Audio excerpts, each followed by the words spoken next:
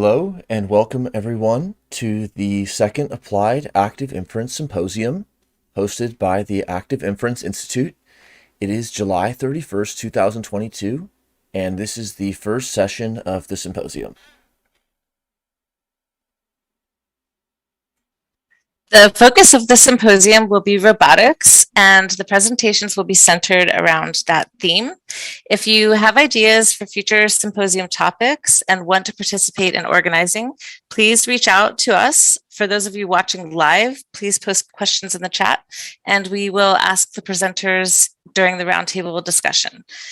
This symposium will be recorded, transcribed, and archived for lasting access. We will make the playlist available for asynchronous participation. If you would like to participate in the transcription of the video, please reach out to us at activeinference@gmail.com. We will have 5 presenters followed by a roundtable discussion.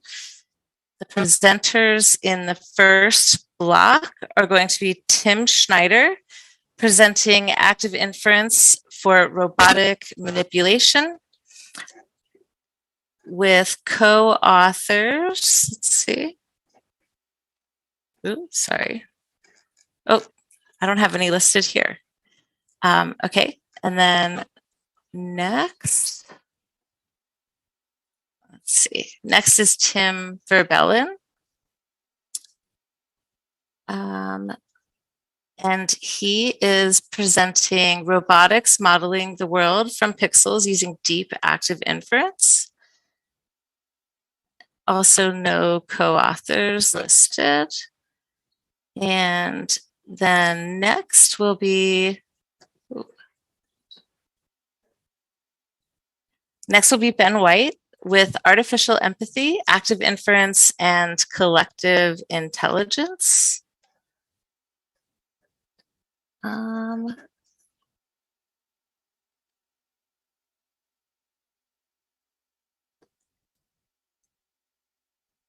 And he has co-authors Mark Miller and Daphne Demacus. Sorry if I got that wrong. And after that, we will have a talk by Noor Sajid, Learning Agent Preferences. And let's see. Yeah. Her co-authors are... there she is. Oh, she doesn't have any listed here either. And then finally, we have Wen-Hua Chen with the talk called Dual Control for Exploitation and Exploration in its Applications in Robotic Autonomous Search. And that's it. So with pleasure, I introduce Tim Schneider. Please take it away. Yeah. Thanks a lot for the introduction. I'm just quickly going to share my screen. I hope you can see that all right. Yeah. So my name is Tim Schneider, and today I want to talk about our work on active inference for robotic manipulation. So I think we can all agree that manipulation... Sorry, there's some noise in the background. Sorry, yeah, never mind. I think we can all agree that manipulation is one of the central abilities that we need in our everyday life, like be it cooking, writing, or using tools. And you can obviously think of a variety of other tasks that also require dexterous manipulation. However, despite this significance of manipulation in our everyday lives, robotic manipulation is still a largely unsolved topic. And I think one of the main reasons for this is that usually in classic robotics, how we did it for years, we always assume that everything is kind of known, that we know where everything is, how everything behaves. But in unstructured environments, this is usually not the case.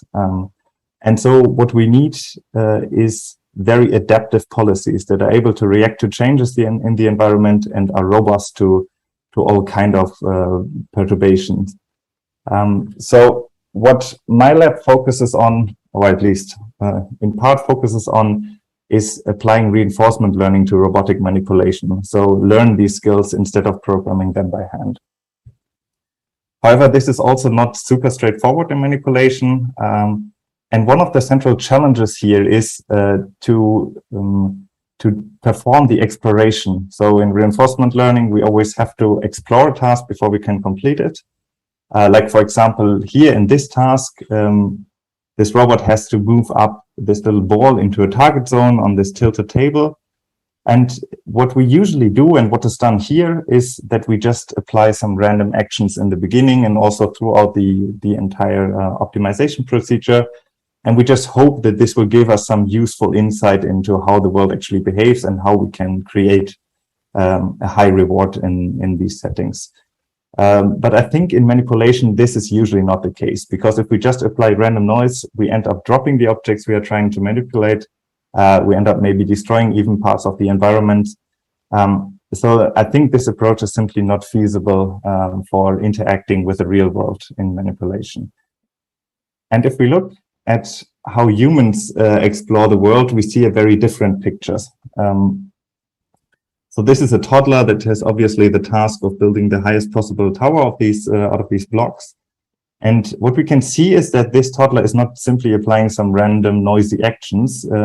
This kid has actually a fairly directed way of exploring. It has an idea of what is useful to learn, what might bring it forward, or maybe this is not as planned, but more of an intuition.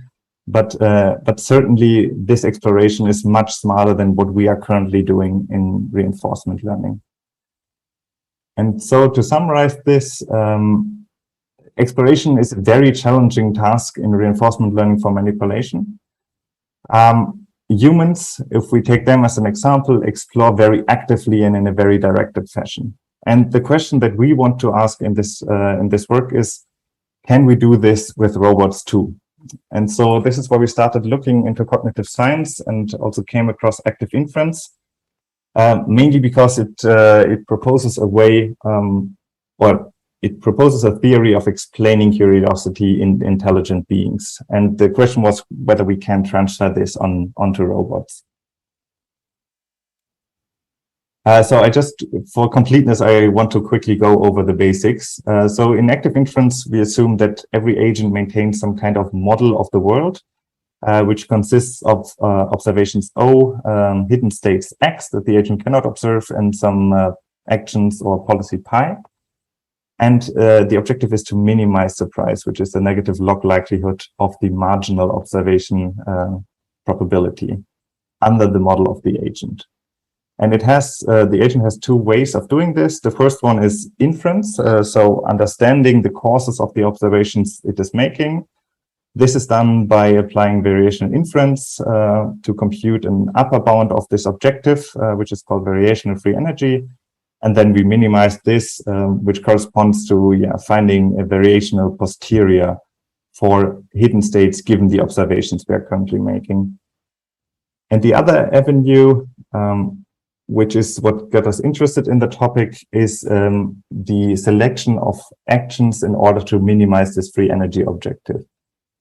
So if we want to do this, we have to make sure that we kind of plan ahead. So we have to take an expectation of future states we might encounter, given that we choose some form of action. And we take this expectation of this free energy term, and what we get out is fairly interesting, namely, we get this kind of formulation here, which decomposes into an expected information gain term and an extrinsic term. And the way this expected information gain term works, or what it encourages, is to take informative actions, because this term becomes maximal when we take an action which causes us to learn as much as possible about the current latent state of the world. So, for example, if you're in a very dark room, a very informative action would be to turn the light on. It's not immediately goal-directed or anything, but it will at least tell you where you are, what your surroundings look like, and so on. And then the second term is this extrinsic term, and here the agent maintains a preference distribution over observations. This is a bit of an unorthodox thing for me as a reinforcement learning person. We usually simply define a reward, but here this extrinsic preference is defined in terms of this target observation distribution. But this is also exactly the point where we can inject a target behavior into the agent by basically saying, okay, this agent should prefer to observe some specific observation. Now, taking a step back and going to the reinforcement learning part of this talk again. So the problem statement that we are looking at is a finite horizon MDP, which means that there are states, actions, and rewards.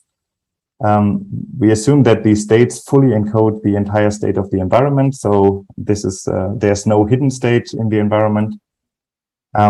And the objective of the agent is to maximize its expected return for one episode. And the challenge here is that the dynamics and the reward distribution, so these two distributions here, are completely unknown. So the only way the agent has to figure those out is to probe the environment with different actions, observe the outcomes, and then learn some kind of model out of this. I mean, obviously, there are also other ways of doing this. This model doesn't have to be learned, but in our case, it will be learned. Now, we can see reinforcement learning through the lens of active inference. I just wrote down this MDP again from the previous slide here. The first thing we need is to define the internal model of the agent. And we do this in a way that we say, okay, there's two models the agent maintains. One is a model of the dynamics and one a model of the reward distribution. And both of them are modeled as Gaussian distributions conditioned on neural networks. So these are neural networks, theta being the neural network parameters. And this introduces a latent state now into the environment, namely the neural network parameters. So what was X before in active inference is now here theta, the only thing that the agent cannot directly observe, which is what are the optimal parameters that describe what is currently going on in the environment, what the agent is currently observing. And the second thing we have to do is we have to make the agent desire a high reward. And we do this here by making the reward part of the observation. So now it's observing the environment state and the reward. And then we are setting this desire distribution in a way that it prefers high rewards, namely by setting it to the exponential of scaling factor beta times the reward times step t. And if we do this, we end up with the following planning objective. So this is the expected free energy now, but everything put into its place. And so the planning objective of the agent is now, according to the expected free energy, to maximize this objective here, which consists for one of the extrinsic reward, which is just the sum of rewards the agent expects to encounter by taking some policy pi. And then there's also this intrinsic term again, which in this case here becomes the mutual information between the neural network parameters theta and the observation the agent is making. So ideally, the agent wants to make observations that are both good in terms of reward, but also have a lot of information about what the ideal model parameters are going to be. I just said that. Exactly. And now we can use this to forge an algorithm out of that. And it works like this. So we take, so in every episode, we start by resetting the agent to some initial state. And then in every step, we have to solve this planning objective of selecting a sequence of actions that minimize the objective function I showed here in the previous slide.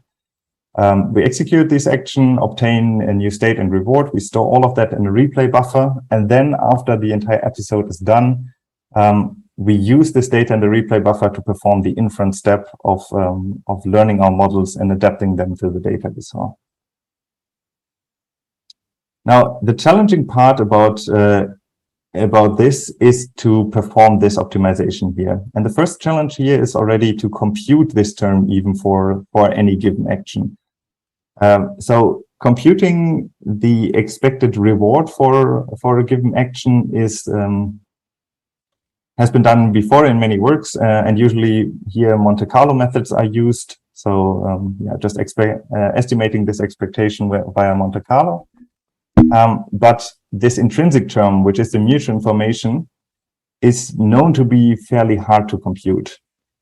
And so there have been a variety of methods proposed to compute or to approximate mutual information. Many of them rely on variational inference or amortization.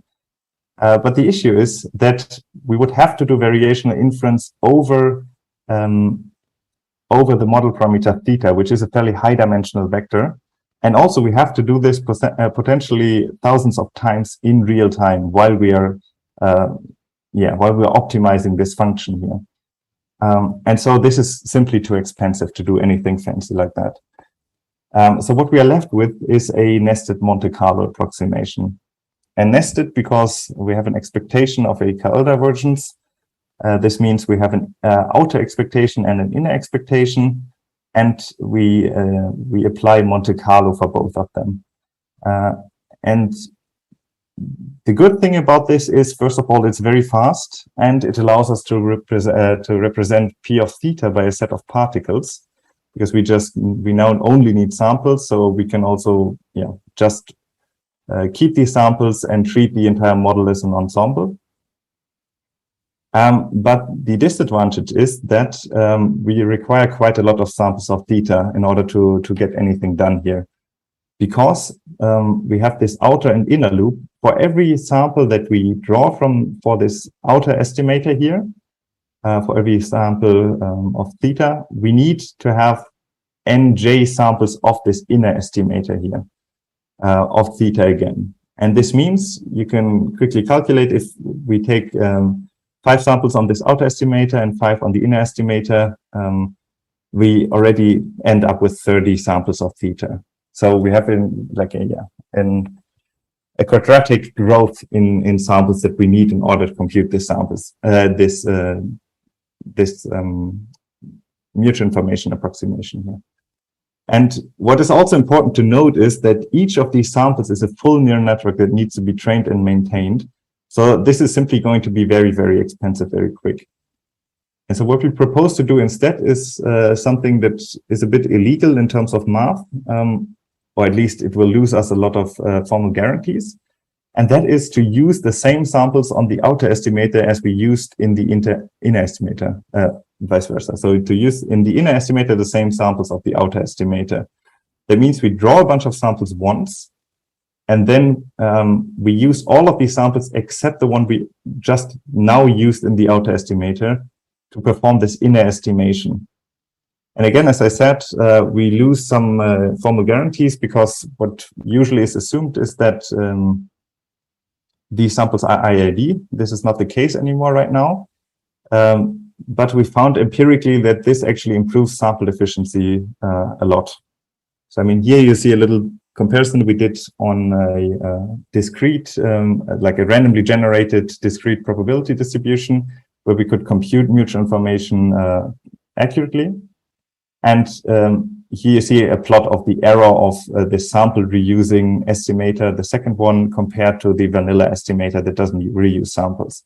And this is over the number of samples. So the sample efficiency is actually much higher, even though we are losing these formal guarantees here. Now, this means we now know how to approximate or get like at least some approximation of this objective. But what is still unclear is how do we actually maximize this objective? Like what kind of optimization algorithm we are using. And the first thing we tried here was to simply use a vanilla cross-entropy method. This is a fairly common choice in robotics to use this method because it's very robust and doesn't require gradients and anything. And it's also considerably fast. It works in a way that you initialize some Gaussian parameters. So you always maintain this Gaussian distribution of your current action distribution. You initialize it to mean 0 and 1 variance. Then you sample a bunch of action trajectories from this distribution. For each of these, you evaluate the reward, and then you collect the n samples that have the highest reward.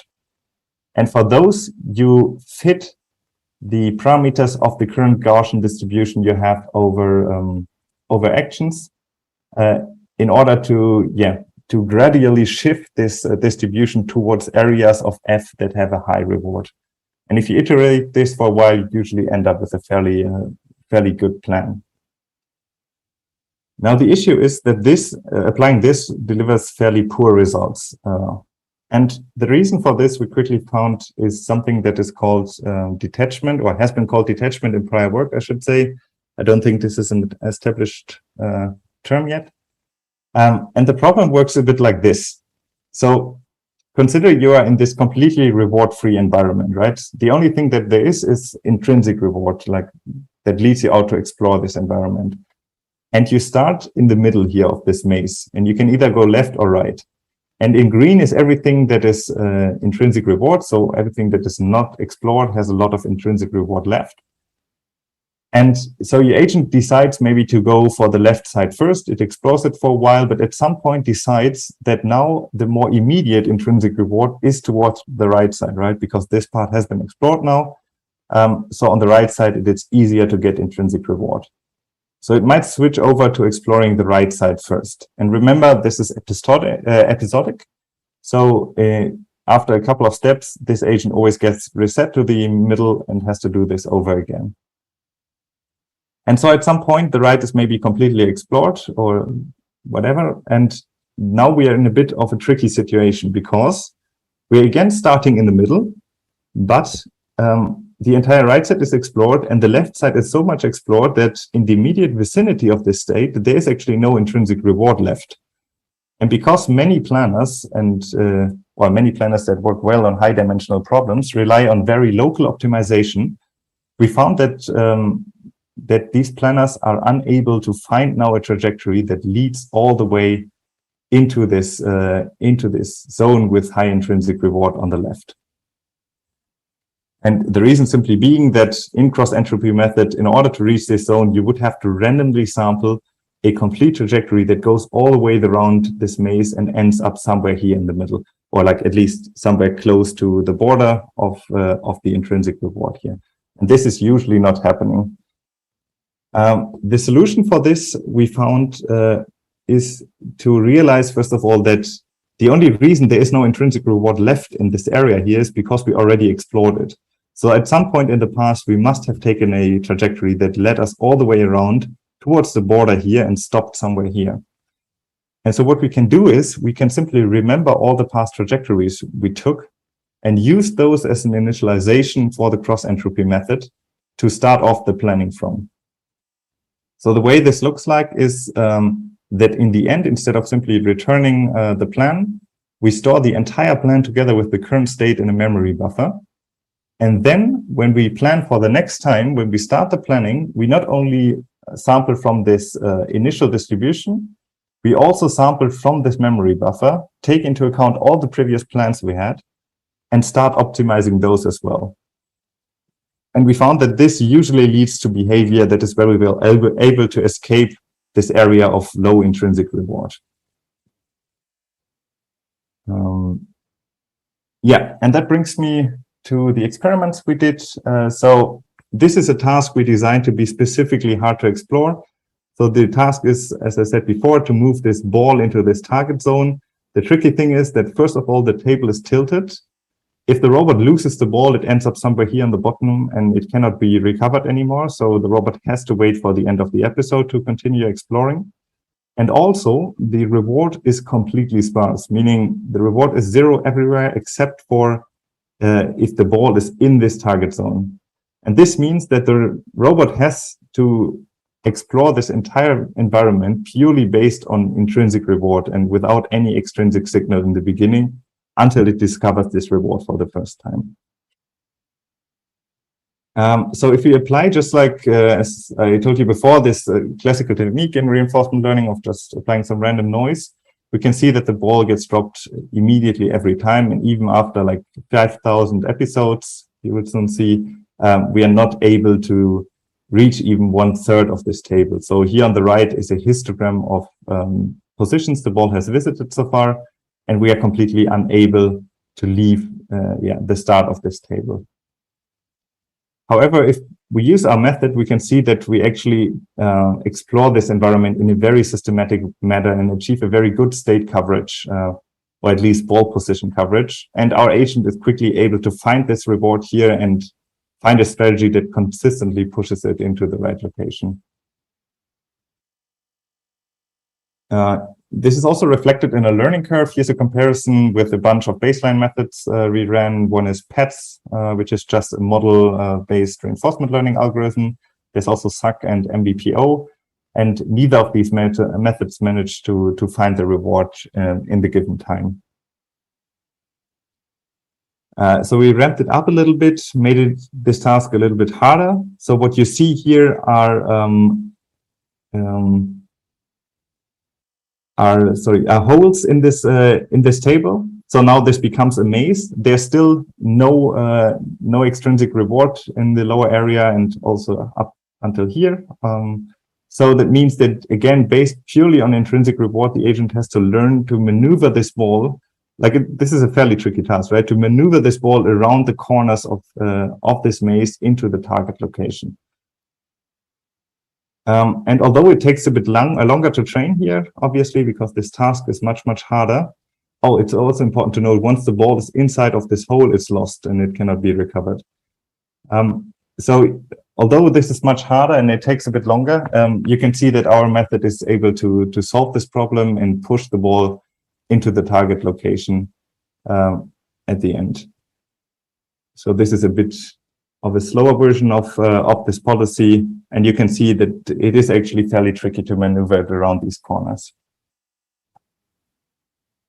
There's a learning curve here. Unsurprisingly, the baselines did not manage to solve this task, but I mean, yeah, it is expected since it's harder than the previous one. And finally, we also evaluate our system or our algorithm on the real system. So we built this actually in reality and trained it from scratch. So there's no transfer going on, no pre-training and simulation or anything. And you can see here the behavior is similar. The agent starts exploring the environment more and more, pushing the ball systematically around, and ultimately discovering the reward on the top of the table, and then finding a consistent strategy of moving it up. There's a learning curve for this as well. But yeah, this brings me to my conclusion. So we presented an algorithm based on active inference that is able to solve very challenging sparse reward manipulation tasks. And at the core lies this augmented cost function that is derived from the expected free energy. And this one encourages the agent to perform very directed exploration while also maximizing reward. And we demonstrate that this method works not only in simulation, but also on a real system. And so to give you a bit of an outlook, I think what is very important to note is that if we compare to human haptic exploration, we humans rely very heavily on tactile sensing for all of this exploration. We have developed a variety of different strategies for actively perceiving using tactile sensing, for example, like rubbing an object to figure out the texture, or what you can see soon in this video, like grabbing it with our full hand in order to figure out the shape. Can measure temperature. There's all kinds of stuff we can perceive actively from objects using tactile sensing. And tactile sensing is also something that is being actively researched in the robotics community. There have been a variety of new tactile sensors coming out lately. One of them is the so-called digit sensor. You can see it here, and it works in a way that it has a gel that deforms upon contact with something. There's a camera in the back and some LEDs. And if there's some contact, you can see the deformation of the gel in the camera, which is giving you some kind of like local tactile feedback. And I think it would be very interesting to see what we can achieve with active inference on using tactile sensors, although there is a variety of challenges that need to be solved. I mean, this is a high-dimensional image. The contact dynamics are much more complicated, and yeah, there's a lot to consider here. But I think this would be a very interesting avenue for future research.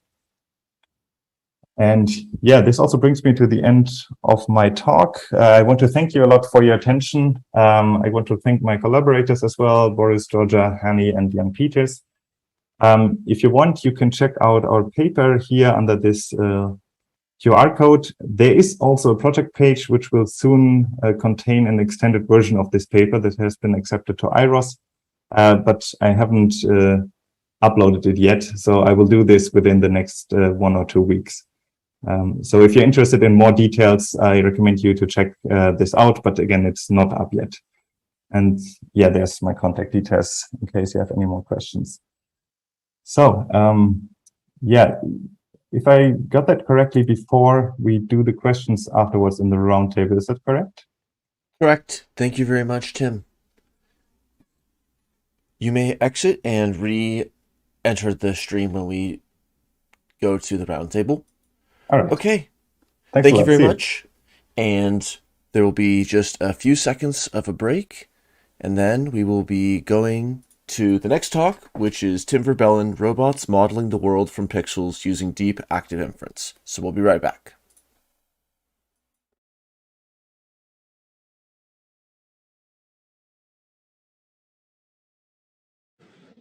Hello, I'm Tim Verbelen.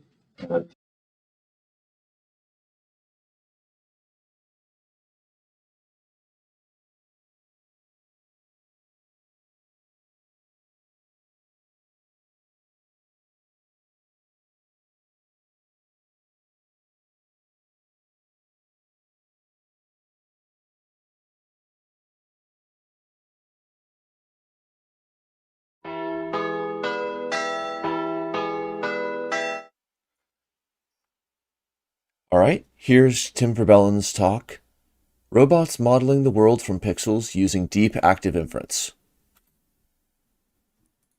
Thank you for inviting me. Hello, I'm Tim Verbelen. Thank you for inviting me on the Robotics Symposium. So unfortunately, I could not make it live, but I recorded this talk for you, and I hope you'll find it interesting. I'm going to highlight a bit of our research, like sketching out the picture what we work on. And put it short, basically what we want to do is we want to have robots that can model the world they live in from pixels, but basically we can extend it to any sensing modality using deep active inference. So why do we work with robots? Well, basically we figured out that if we want to have something intelligent, we want to build something intelligent that is actually doing something relevant in the real world, then you need to do action. You need to interact with the world. You need some kind of embodiment. And that's why we work with all kinds of robots. We have robot manipulators that can scan around, grasp objects, interact with objects. We also have navigating robots that can drive around, can fly around. So you might be wondering, yeah, why are you looking at both navigation and manipulation and then everything there, whereas all over the world there are labs that are dedicated on like manipulation as like a single domain and navigation as another domain, and they're like two distinct like problems. Well, the thing is that if we take it from another approach, if we look at it from an active inference perspective, then it's basically the same thing. You're doing the same thing, and that's why we are trying to combine all kinds of robotic problems from this single scope and see to what extent we can kind of address it and solve them, and to compare where are we compared to state of the art in robotics, let's say. That's like our overall objective. So in this talk, I'll talk a bit on sketch out what is the general approach we're taking, and then some current results in both navigation, manipulation, and some of the work in progress stuff that we're excited about and working on right now. So let's start off with what is active inference. I guess most of you will know already, but just to set the scene, and we'll, for at least next 40 minutes, are on the same page regarding notation and what do we mean with the terminology. So basically, active inference just means to us, we have our agent or brain that just built a generative model of its environment, which we call the joint probability over outcomes O, actions A, and then some hidden states S. So your agent is distinct from its environment. It can interact with the environment by doing actions. It gets some observations in, and it tries to model with a hidden state, like how is this environment generating me generating my observations, and can I model this through these hidden states? And we use the single principle of optimizing this thing by minimizing the so-called free energy, which is like an upper bound on surprise or prediction error. And importantly, not only you use this to model the system, to build a model of the world, but you also use this to select the actions that you will hope that will minimize your expected free energy in the future. And like looking at everything from this angle of minimizing your prediction error, not only for the past, but only for the future, this basically gives you a very powerful mechanism to start doing robotics. So just from math equations that kind of relate to this free energy concept. So basically minimizing the free energy entails having this kind of complexity minimization. So you want to have the simplest model that explains your world. Where on the other hand, you also want to have an accurate description of how the world works. So you want to predict your outcomes from your states. This basically means that you're having all the information that's out there in the world. You can actually have this in the state representation, but at the same time, you want to have like your explanation as simple as possible according to Cloutier. And this Q is basically the variational posterior, which is like saying, I want to be able to invert the model. Like if I have some observations, I want to be able to infer what is the most likely state that could explain whatever happened to now. That's kind of the idea. And then if you look at the future, then of course we don't know the outcomes that will come in the future. So now it's basically the same formulation. You can have like this swap U and this swap P, but now the expectation also considers what might happen in the future. So what outcomes I might relate, and then your expected free energy becomes again like two terms. One is the instrumental value. It just says how do I think the outcomes that I witness will actually realize what I expect to be, what I want to be. Like it's like realizing preferences. And in a reinforcement learning context, you might see this as like a reward signal, but rather having it coming from the environment, it's now more like something that's intrinsic, that defines what you are as an organism. And then importantly, you have the second term, which is like information gain, like how do I think my beliefs will shift for what I think now that will happen versus what I think my state belief will be if I supposedly I get these outcomes. And you're basically searching for the observations that will give you more information about what you're doing. So that is automatically you get this, on the one hand, goal-directed behavior, but on the other hand, your agent is also driven to find out the relevant observations, find out information in this environment.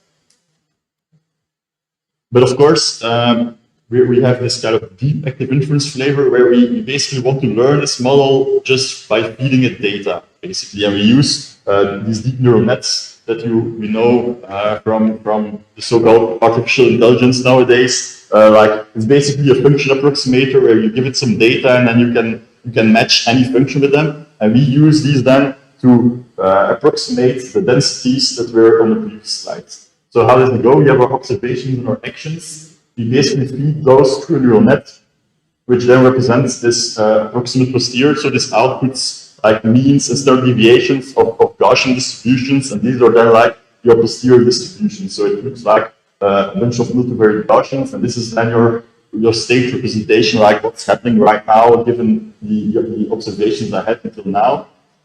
Then we have an additional neural net that then like predicts the dynamics in this latent state space. Like if I do these actions, how will my state evolve in the future? And this outputs again parameters of Gaussian distributions, for example. And this allows you to plan in this latent state space, like what will happen if I do this or that. And in order to kind of train the model from each of these states, we can then have a decoder model that then tries to predict the observations that you expect to see from this state. And so the training mechanism is then minimizing the energy, which entails that here you have your accuracy minimization, so you minimize your reconstruction error, but at the same time you minimize complexity, which basically boils down to the L divergence between this thing and this thing. It's like what I expect to happen without observations, I want to have it so as close as possible to what I expect has happened, given that I saw the observations. And by minimizing these scale divergences, we basically force the model to have like very concise encoding that allows you to imagine in the state space what might happen, and at the same time merge in the information coming from your outcomes, but not more than as necessary. So you don't want to necessarily model all the details in your pixels, for example, as long as you have enough information to predict sufficiently what will happen. So that's like roughly the approach. And so now we'll look at some instances in robotics cases, and we'll start with navigation. So in this case, we have robots like these, like vacuum cleaners, but then with some additional sensors mounted on top of them, so we can get all kinds of inputs. We just drive them around this lab environment where we have racks that simulate kind of a warehouse setup, and then we just train these kind of models that just have to predict, for example, from camera images, what will I see if I do certain actions, and then after training such a neural net, then this is the kind of thing that we get. So these are basically imagined views from a viewpoint from inside this lab environment, and now you can say, okay, what do you think will happen if I do certain actions?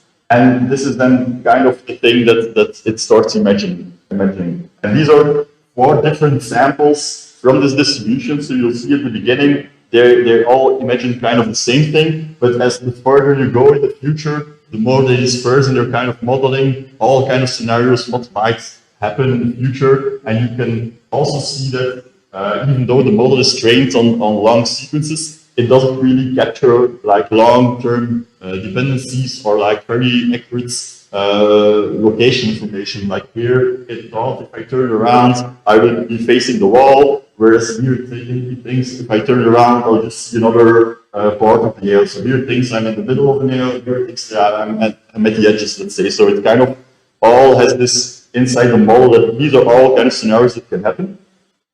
But because we condition these models on the action, we can also generate kind of action condition samples. So we can say, what will happen if I turn left or if I turn right, if I go forward? So it actually encodes these dynamics inside this model. And this is just trained from data, from just driving around and learning to predict what can happen.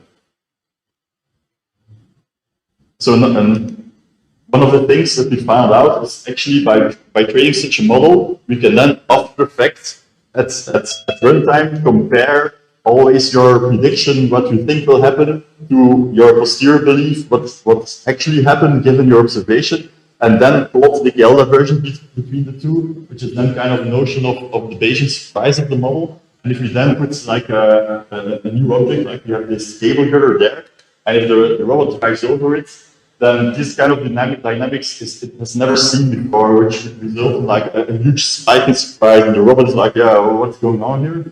And in order to show that this is not just measuring the difference in pixels, we also have this scenario where there are people walking by the robots, which also happens when you're recording the data. So this is kind of a normal scenario.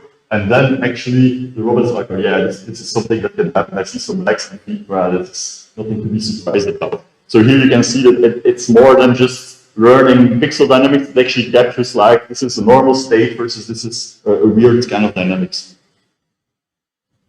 And one of the nice things from using these learned models is that you can actually put in any sensor modality. So we focus a lot on pixels because that's also nice to visualize and you can relate to how it looks like.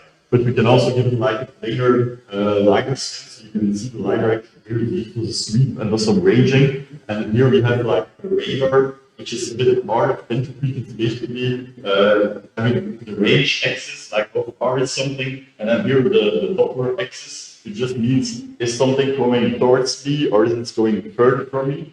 And also here we can then have like imaginations of the model, like what's going to happen in this state space. You already saw the pixels, but also relates like, okay, this is how LiDAR scans will be, this is how radars will be. If I'm looking at the ale, I see much more reflections in the radar image, whereas if it looks at the ale, it has like only a few reflections. So it actually captures all these dynamics from any of these sensor modalities in this latent space. So So that's one of the strengths of this approach. But as I told you, it has a very narrow like temporal depth. It can predict for a few seconds, maybe 1 second, maybe up to 2 seconds, but then it becomes dispersed and blurry. So you cannot really use it for like long-term planning. So we figured out, yeah, what do you need to do in order to use the system, but then like do something more relevant long-term? And we figured out that what we need is go a level higher and make like an hierarchical model that instead of predicting like the next sensory observation, it can like predict which kind of state to expect like a bit further in the future.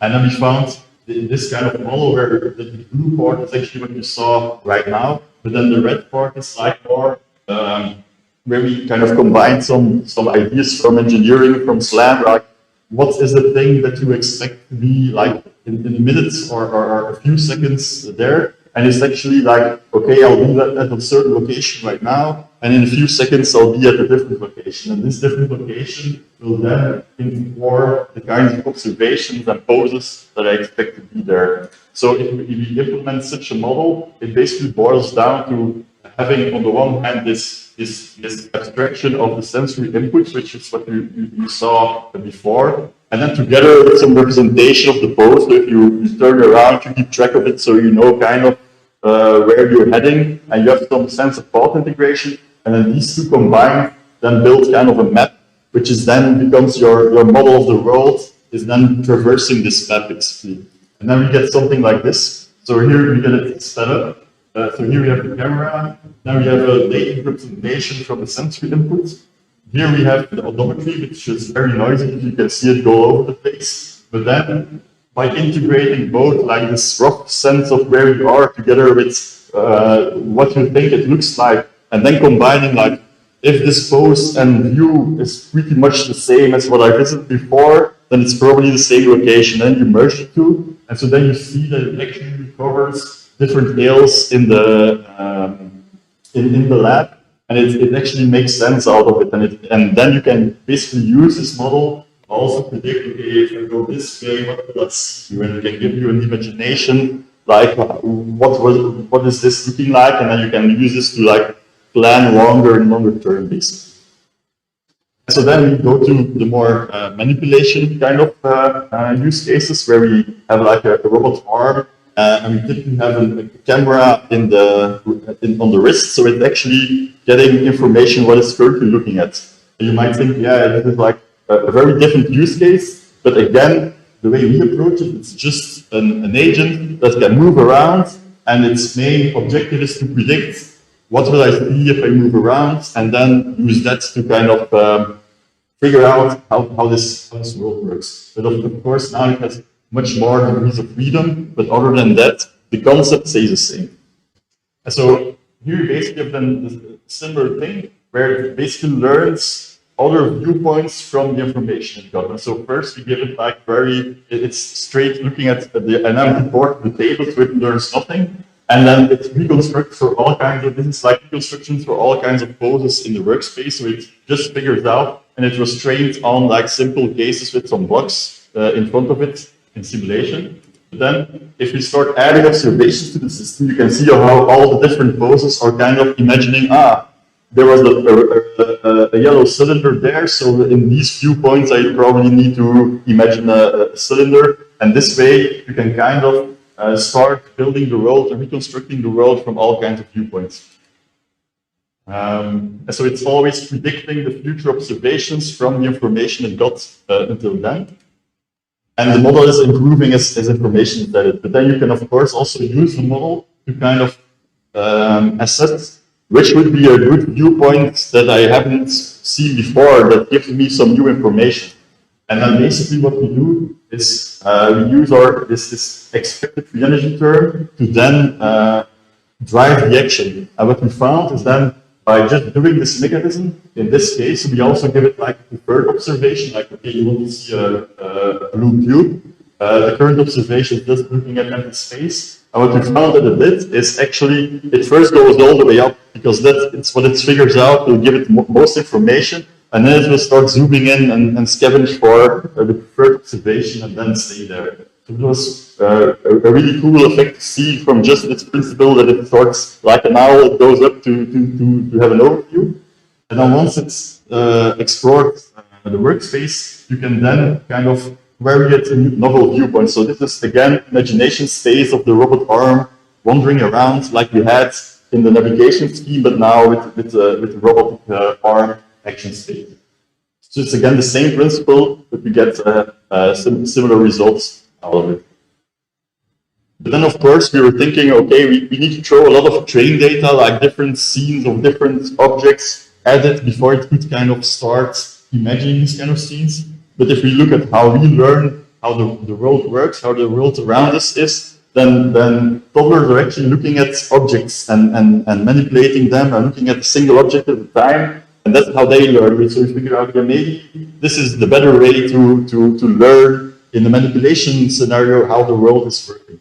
So that's then what we did. Instead of like having trajectories of random scenes, we just made the robot look at particular objects and then predicts other viewpoints, but still from that same object. So it's always looking at kind of the same location and predicting how will this thing look like from this side.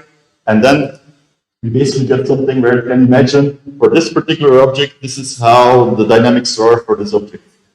And then we take a similar model, but then we train it on a different object. And so now, instead of having a huge deep learned model that has to learn about any object around, we can basically compress this into a very, it's maybe a bit over it, but a much smaller neural net. And then we instantiate a new instance for every new object that we feed it. So we can give it mugs or a can or a banana, and it can start imagining how all these objects look like from other views. But then again, we can give it like a preferred view, and then ask for, which would be a trajectory that brings you to the preferred view. And that's then, that's what you can see here. So then the top view is like the target. You just randomly give it a viewpoint, and it figures out how to move in this space just by imagining how what these kind of objects look like from different views. Then you can also use this to kind of classify objects, because if we then have a random object that it either had seen or never saw before, it can use all the models and just query like which model is actually matching my prediction for what I'm seeing right now, and this then gives you like an idea like it shall be that object. And you can see here that for an initial view, it's already pretty good at knowing what it is. But in some cases, you have like a very ambiguous viewpoint. You cannot really distinguish the two objects, and then you can just have another view, and that will then resolve the ambiguity. And that's exactly what we see here. So the free energy agent will look for the most informative view, and then for the known objects, it reaches like 100% accuracy. And then for objects it never saw before, it then says, yeah, I don't know this object. And for this particular case, it's not 100% accurate. And why is that? Because there are objects that might be very related. So for example, it knows about spoons, and then you give it a fork, and it's like, yeah, it's kind of looking like a spoon. So I'm not sure, and these are then the errors it makes, but these are like sensible errors because actually the dynamics of the object are very much matching an object I know before. And then if you query it, like what would be the next view you would like to see, you typically want one with a low expected free energy. But if we ask it like what would be a view that you don't want to see, then you get these kind of imaginations in the rightmost row, where it's like for a can, it is like if I just look at the top, I just see a circle, and it can be any can. Or if or this particular view, it's very dark, so I cannot really distinguish it from anything. And the mystery bubble in bottom right, like, yeah, this is kind of looking like a banana, so this is not the viewpoint I'll choose to go next. But in practice, we saw, because these objects are so distinct, and a random agent is also good at just integrating information, because the chances are low that you actually end up in this ambiguous viewpoint. So in this scenario, it's equally well just randomly looking around, but the more your objects become ambiguous, the more benefit you have from actively sampling a particular viewpoint to distinguish it. Yeah, exactly. I think in principle it could be also drafting. Yeah, and use tactile information. Yeah. Yeah, for sure. That would be from your line, it could be exactly the same framework. Yeah, exactly. So to me, that's like the same thing as using radar and camera for navigation. It's like using tactile and visual information for just inferring what this object is like to me as a robot. Then. It's not why I'm asking, because maybe trying to find some difficulty generalizing so maybe. We haven't done particular experiments yet on tactile because it's also a bit more difficult to kind of just to simulate and but yeah, it's on our mind to do this kind of things. But yeah, it's a very interesting route to take. I agree. And then so finally, what we can also do then is look at a scene with different objects and then say, okay, I want to open the can, so I need to have the top view of the can. And normally, if you feed this to a reinforcement learning agent, it would just say, okay, I cannot see this type of circular gray thing inside the goal image, so the only thing it will do is like randomly search around until it sees something alive and then go to the target. But in our case, we know the system infers like, this thing is probably more related to the can rather than instead of the sugar box, so it will draw its attention to the can. And then also, yeah, this is more like a top view, and this is more like a side view, so it can imagine like the thing it should, the movement it should make to go to the top view. So this is exactly then what our system does. You just give it the target view, it directs its attention to the correct object, and immediately finds out the movement it should make to kind of get to a similar pose. So that's kind of the real powerful system, and you can see this kind of like adding another hierarchical layer on top.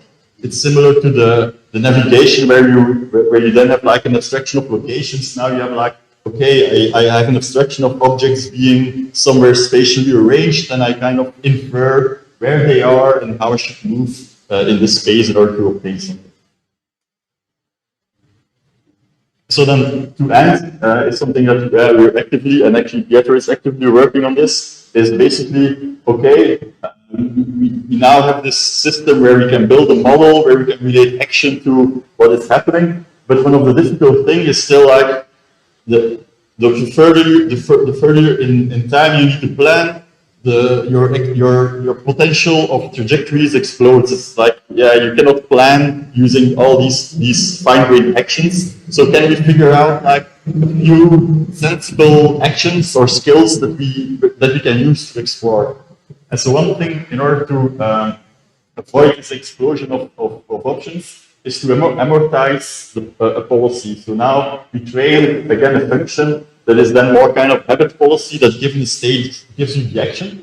But instead of using a reward signal as done in reinforcement learning, we basically give it an objective that's more like related to the expected free energy. So in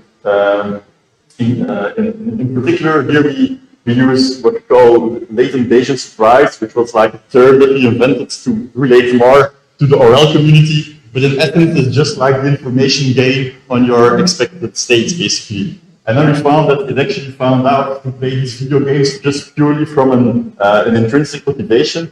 And also, if we compare it to other like terms that they add in the RL agents to get this intrinsic drive, we actually found that our method was either on par or slightly better than others. And especially in cases where we add some noise in the state. So if the observations are kind of noisy or ambiguous, then our method still it was more easy to outperform the others because they were like, okay, noise is like very interesting, so we're drawn to the noise observations, although maybe they don't give you extra information. So that was something interesting we found. And now we're actually expanding that, like instead of having, this is more like having an exploration policy, but now we're thinking more like, okay, if we want to plan, maybe we just want to have like a few distinct options that make sense to explore. Like, can we kind of find some elementary skills that are worthwhile to explore? So in this case, we have again a robotic R, and here we we again explore using this intrinsic drive for information gain, but then we give it like 32 potential slots to learn policies, and it just has to find out which ones are good trajectories that in total allow me to explore the state space again. And then we end up with like a manageable set of skills that we can then fine tune for particular tasks. And that's actually what some of the things that we're working on right now. So with that, I end my talk. Thank you all for listening. I hope you enjoyed it. Should you have any questions, you can always reach out via email or via Twitter. And hope to see you soon at the next occasion. Thanks. All right, that was Tim Verbelen's presentation, Robots Modeling the World from Pixels Using Deep Active Inference. The next presentation is going to be by Ben White, Artificial Empathy, Active Inference, and Collective Intelligence.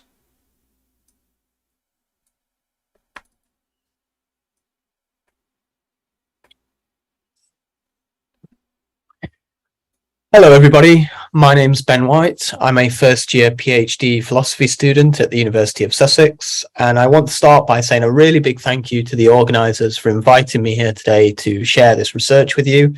It's a real pleasure to get to do this, even if it's just in a pre-recorded format. I want to say right now at the outset that this is very much a collaborative and ongoing project. It's work that I've been doing with Mark Miller and Daphne Demakis, and it's very closely related to the kinds of things that I do here at Sussex. So I'm interested in looking at the relationship between human well-being and material environments. I'm interested in things like ambient smart technology, social media, augmented and virtual reality, and affective computing, which is what I'm going to be talking about today. Because this is an active inference symposium, I'm going to afford myself the luxury of not going over the basics of the framework, and instead I'm going to jump straight in, and I'm going to tell a fairly broad stroke story about how we think active inference might be able to shake things up in affective computing. So, affective computing is a research program which, as many of you will know, aims to build computing devices capable of interacting with human users on an emotional level by identifying, categorizing, and responding appropriately to emotions in human users.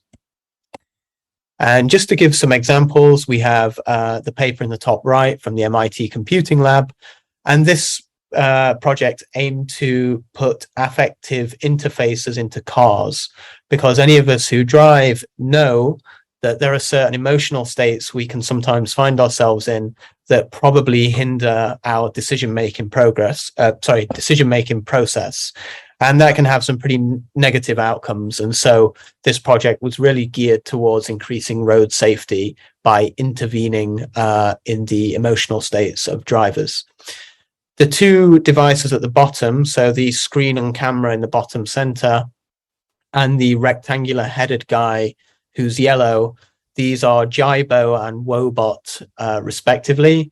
And these are therapeutic interventions that use facial recognition technology, emotion recognition technology to learn about their users and then make suggestions for certain tasks or games or even clinical interventions that are geared towards supporting the emotional well-being of the user. But as you can imagine, these are not the dominant deployments of affective computing. We mostly find affective computing now in industries like recruitment and marketing. So, for example, companies like Unilever and many, many others use emotion recognition devices in their hiring process in order to analyze certain non-verbal responses and facial expressions, which they say are indicative of certain desirable or undesirable character traits relevant to the job. However, you won't be surprised to know that this has come in for fairly heavy criticism. So there are certain kinds of worries about this technology. The first worry is that it is simply not functional, that it's based on bad science, and that it doesn't do what it's supposed to do. And closely related to that is the various kinds of ethical concerns, mainly that these systems are in danger of propagating certain kinds of biases and prejudices. So Lisa Feldman Barrett, for example, who is a major leading light in affective neuroscience, has come out fairly heavy against this kind of technology. She's labeled it neo-phrenology and said that there's simply no way that it can do what the people who make it say it can do. And this is because she says it's based on a very outdated theory of emotion, which states that humans have 6 to 8 basic emotions, things like anger, fear, disgust, surprise, and so on.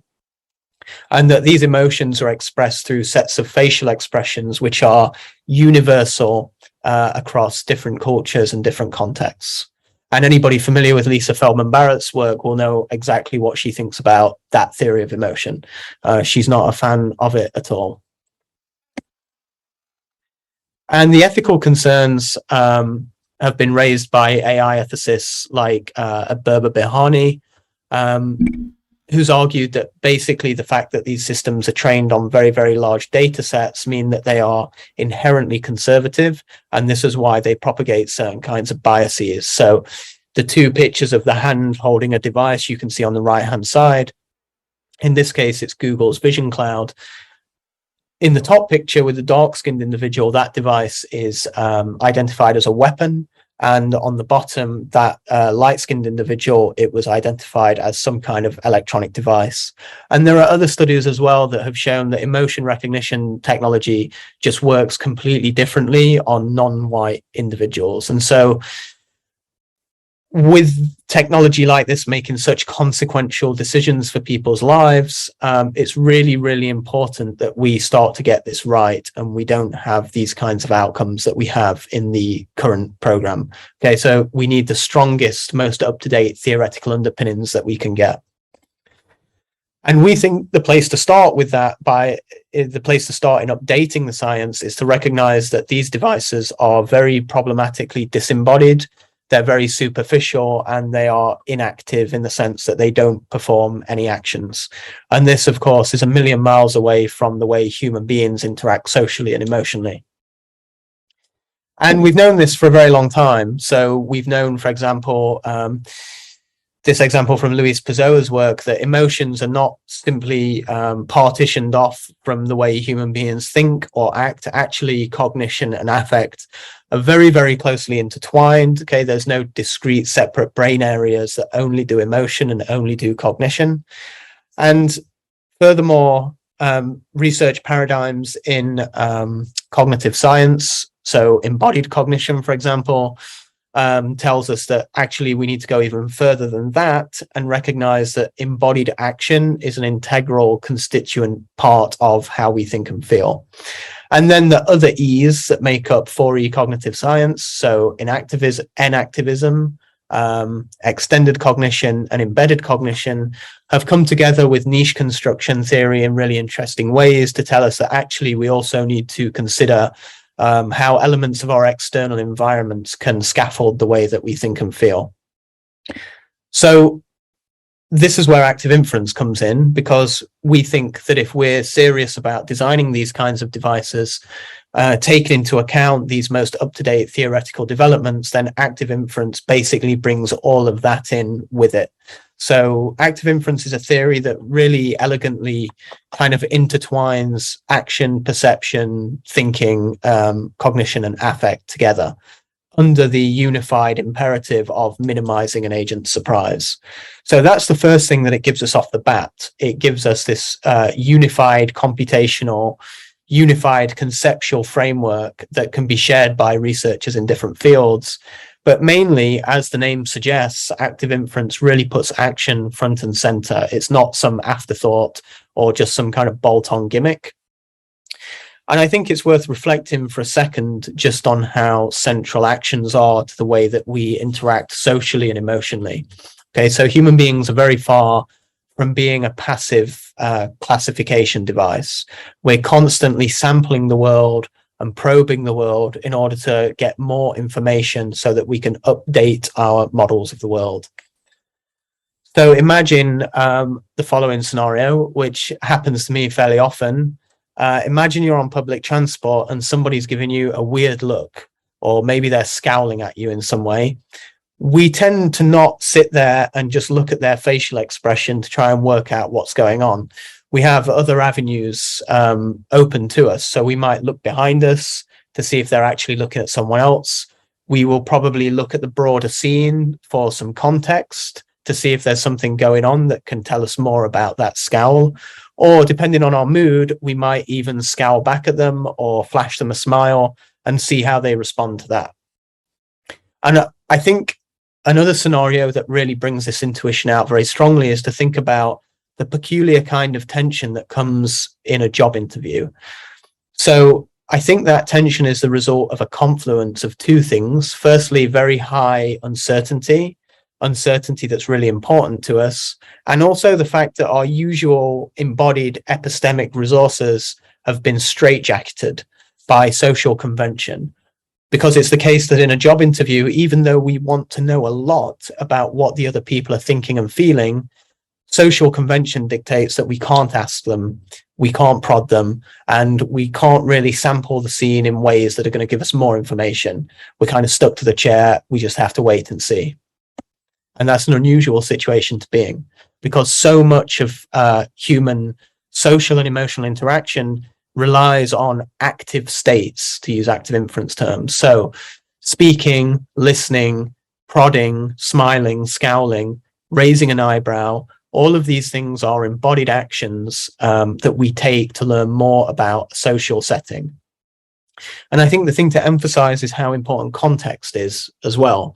So the ability to kind of actively survey a scene, to drink in context, but also the way we learn about the relevance of that context is something that's built up and scaffolded through action and different kind of patterns of practice.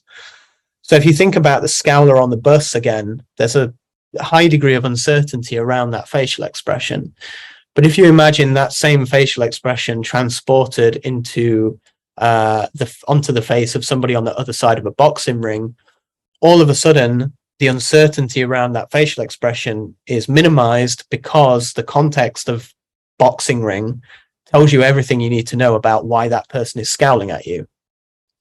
And this emphasis on context is something that's badly missing in current iterations. And the active inference community is already producing really cool work premised on these kinds of insights. So there's this paper, Thinking Through Other Minds, by Samuel Vessier and colleagues.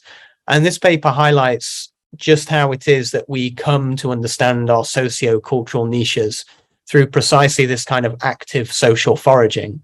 So it's really emphasizing the importance of context and the fact that we come to learn about context through action.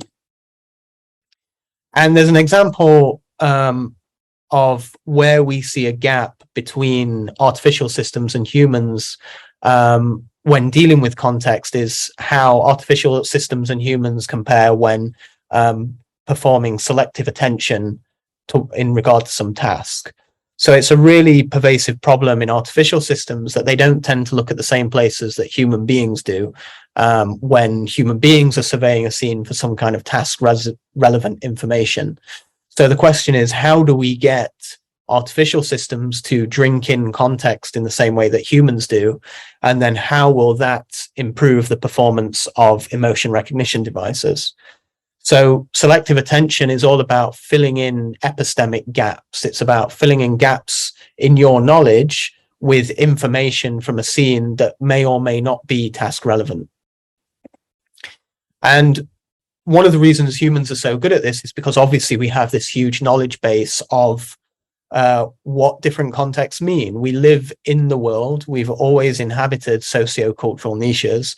And so we have a lot of experience. But as I said before, it's important to emphasize that the way that we learn about contexts is about sampling different contexts. It's about the fact that we have our entire lives been actors in the world, not passive observers.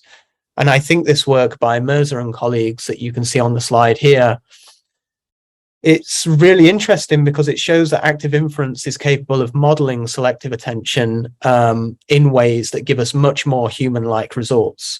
So they used certain kinds of internal precision dynamics, and they demonstrated that these precision dynamics can map accurately, covertly, task-relevant and task-irrelevant features of a scene, and then update precision estimates in relation to that information, which then drives overt actions, which then serve to update the system's model.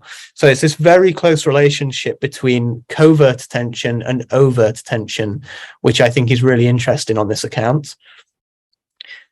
And I think active inference is a really powerful framework for recognizing and addressing context generally, and for the importance of action in learning about context. So the models that I just outlined, they provide the tools for this very elegant top-down first principles approach to selective attention, which is based on these internal precision weighting dynamics, but also on embodied action perception cycles. And of course, one nice side effect is that systems based on this would be able to autonomously select the data from a scene, which is going to give them the most epistemic payback. And this means that they can do away with the very, very large data sets and long training times, which AI ethicists have said are probably the root cause of a lot of the ethical concerns that I talked about earlier. And so from a practical standpoint, this means that we need to think about building affective computing devices which are not merely inert lumps of plastic. We need to start thinking about approximating something much more like a fully embodied agent. One consequence that's really fascinating about the kind of active social learning that's scaffolded through other minds that I was talking about earlier with the Thinking Through Other Minds paper is that active inference agents can come to enjoy a degree of synchrony between their internal states. So this paper by Karl Friston and Chris Fifth, A Duet for One, it utilized simulations of songbirds to show that, quote, generalized synchrony is an emergent property of coupling active inference systems that are attempting to predict one another. So in rough terms, what they demonstrate is that according to active inference, meaningful communication between two agents requires that they are sufficiently able to model one another in a kind of infinite regress. So what it is me modeling you, modeling me, modeling you. And that by doing this, by making and testing these kinds of predictions, we essentially ultimately converge on model synchronization. And this is a core part of the paper, the original paper by Daphne Demekas that she did with Friston and Parr, which has already suggested that if we take active inference as a starting point for building affective computing devices, then what we have is the prospect of an artificial system which can potentially sync internal states with the user. And that's obviously going to hold an awful lot of promise for certain applications of affective computing. And I would say to anybody interested in the kinds of things I'm talking about now to go and start with this paper by Daphne, because I think it's a really interesting and wonderful starting point. But one thing that we want to say is that for this sort of deep affective synchrony between artificial devices and users, it means that the artifact itself will need to have some kind of interoceptive signals, some kind of internal affective dynamics of its own, and it needs to be able to act in ways that expresses those signals. So far I've been talking about acting in ways to express those signals and acting in ways to sample the environment. But I want to say something now about the prospect of active inference devices which actually have their own internal affective dynamics, because I think that the active inference framework has already shown the potential to provide this. And what I'm talking about here is some fairly recent developments in the framework called aerodynamics. And using aerodynamics, we can start to understand how embodied affective states are an intrinsic part of the motivational drive for curiosity and epistemic foraging. So one of the really elegant, famous strengths of active inference is that it has the power to dissolve this opposition between explore and exploit. And while there have been numerous strategies for building the motivation to explore into artificial systems, active inference has the potential to put embodied activity and emotion right at the center of solving that problem. And so this is obviously going to be relevant if we want to build emotional recognition devices that are intrinsically motivated to probe the internal states of their users. So I think it's worth taking a second to refresh how active inference accounts for emotion and affect. So the first attempts to understand interoception in active inference they bared a lot of resemblance to the way that we were thinking about perception under active inference. So it was about predicting signals, hidden states in the world, except that the signals that the brain was trying to predict were internal signals. They were coming from inside the own body. So gastrointestinal, respiratory, circulatory signals, and feelings like hunger, thirst, temperature, pain. These were seen as top-down predictions about the hidden causes that underlay those physiological changes.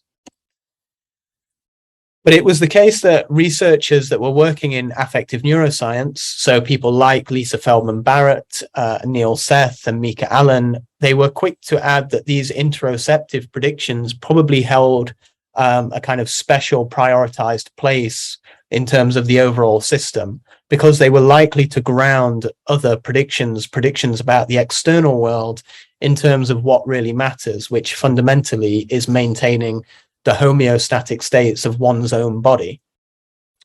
But more recently than this, affective states have been hypothesized to fill another role within the active inference framework, which is essentially says that felt bodily states, things like mood and other affective states, valenced bodily states, they reflect a kind of second order information within the dynamics of the active inference system.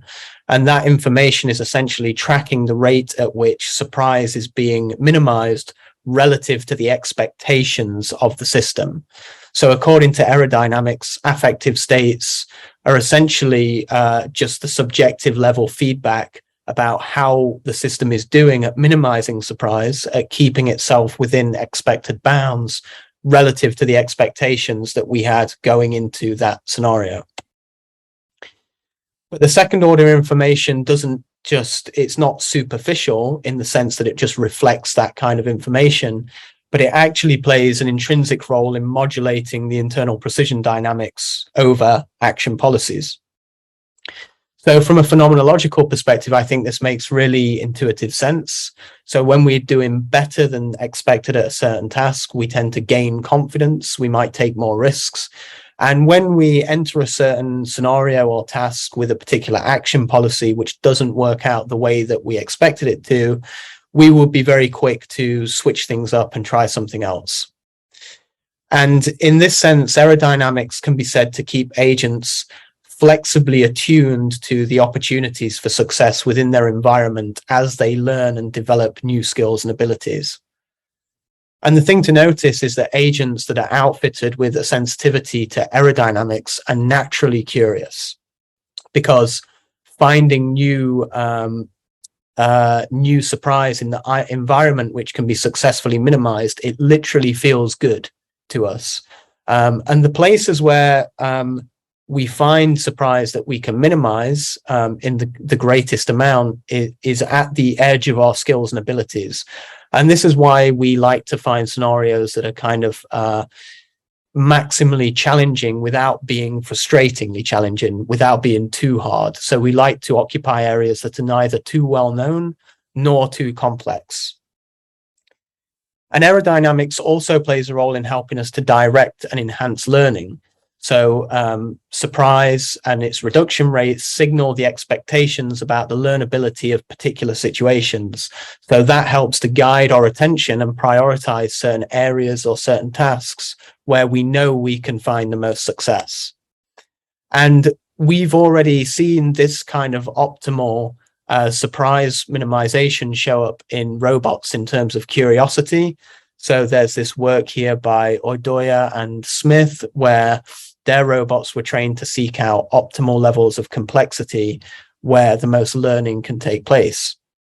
And specifically, now there have been active inference approaches that have begun to use aerodynamics in real-world robotics. So this is really exciting, and this is kind of real-world proof of concept in the work of Schilassi, Lara, and Syria. And these researchers have actually built robotic systems that make use of this internal aerodynamics machinery. So their work has shown that robots that are equipped with aerodynamics are actually better able to manage uncertainty by fluidly selecting adaptive actions in an environment compared to more traditional approaches. So artificial agents equipped with internal aerodynamics are better able to learn and then autonomously select the proper surprise minimization strategies in any given situation. And they do this by allowing their valent states, that second order information about performance relative to expectation, to weigh the selection of the most suitable behavior. So in other words, by allowing that second order information to have a direct impact on the internal precision dynamics over action. And this work showed that this kind of internal aerodynamics also provided a way for artificial agents to navigate the temporal aspects of goal selection. So basically what that means is these agents were very knowledgeable about how long they should persevere with a certain task and when they should give up, which is obviously something that even human beings struggle with a lot of the time. So thinking in terms of aerodynamics, it shows us that affect is intrinsically linked to goal selection. And we want to suggest that by introducing these aerodynamics into affective computing devices, we would start to see devices that are not only motivated to kind of exhibit a kind of curiosity in implementing new policies for action, but we'd actually start to see a real paradigm shift in the affective computing program to a much more biomimetic approach. So instead of just having classification devices in lumps of plastic or in smartphones, we'd start to see embodied devices that can actively engage with the world and that have their own internal affective dynamics based on what we think is going on in living systems. So this is really exciting. And this new wave of affective computing devices would not only be able to perform much better, but we think it might go some way to addressing some of the ethical concerns that I was talking about earlier. But the thing to be really clear with, we don't want to, a kind of disclaimer at this point is we are certainly not saying that an active inference approach to affective computing is a replacement for thinking about all of the kinds of social justice issues that come with the implementation of this technology. We are just kind of speculatively saying that it's, on first glance, it certainly appears like some of the ethical concerns might be addressed by this new approach. But we think there are going to be a lot of benefits of this new approach. So first, if you think about the kind of model synchrony that I was talking about earlier and think about that within the context of therapeutic intervention, we think that when we get this degree of model synchrony, any dysfunction in the user's internal dynamics is going to be mirrored in the internal dynamics of the artifact. And so this is going to make the device very well placed to make suggestions about potential interventions. And this is essentially what CBT already attempts to do. So this will be building on approaches that have already been proven to be effective. And the next thing is to think about the fact that so far when we've been talking about action, I've been talking essentially about epistemic foraging. But once you have the possibility of humans and artifacts establishing this kind of model synchrony, and you have these artifacts that are properly embodied and able to act in the world, it might be possible for the artifact to begin to install prior preferences about what states in the agent are actually preferable, such that the artifact may actually be able to steer with a degree of autonomy the emotional synchrony between it and its user to specific ends. So when we have this, we have these active inference theories beginning to emerge of depression and anxiety and other kinds of disorders. With that full understanding, coupled with the kind of model synchrony I've been talking about, we start to open up avenues for the device itself, steering the user away from these kinds of dysfunctions. Now, it might be the case that these active inference devices come with their own set of worries and ethical concerns. I think it's very plausible that they do, and it's something that we're going to be thinking about as we go forward in this research. But I don't have time to explore it here. But I think the last thing to say is that most speculatively is that this active inference approach also sets the stage for beginning to address the well-known value alignment problem between humans and AI devices. Basically, what we have here to our mind is a initial and very speculative building blocks of building artificial systems that have a degree of genuine empathy with their users. So these devices would not merely be simulating empathy or passively categorizing human emotion. They would genuinely have their own internal dynamics that would synchronize and match with the internal dynamics of a user. And this is going to be a bedrock for much more interesting and much more rewarding human AI collaboration into the future. And that's the end. I wish I could be there to answer questions.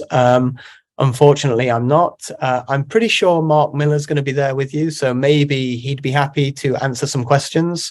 But I would also encourage you to get in contact with myself. I'd be really happy to hear from anybody that's interested in this kind of stuff.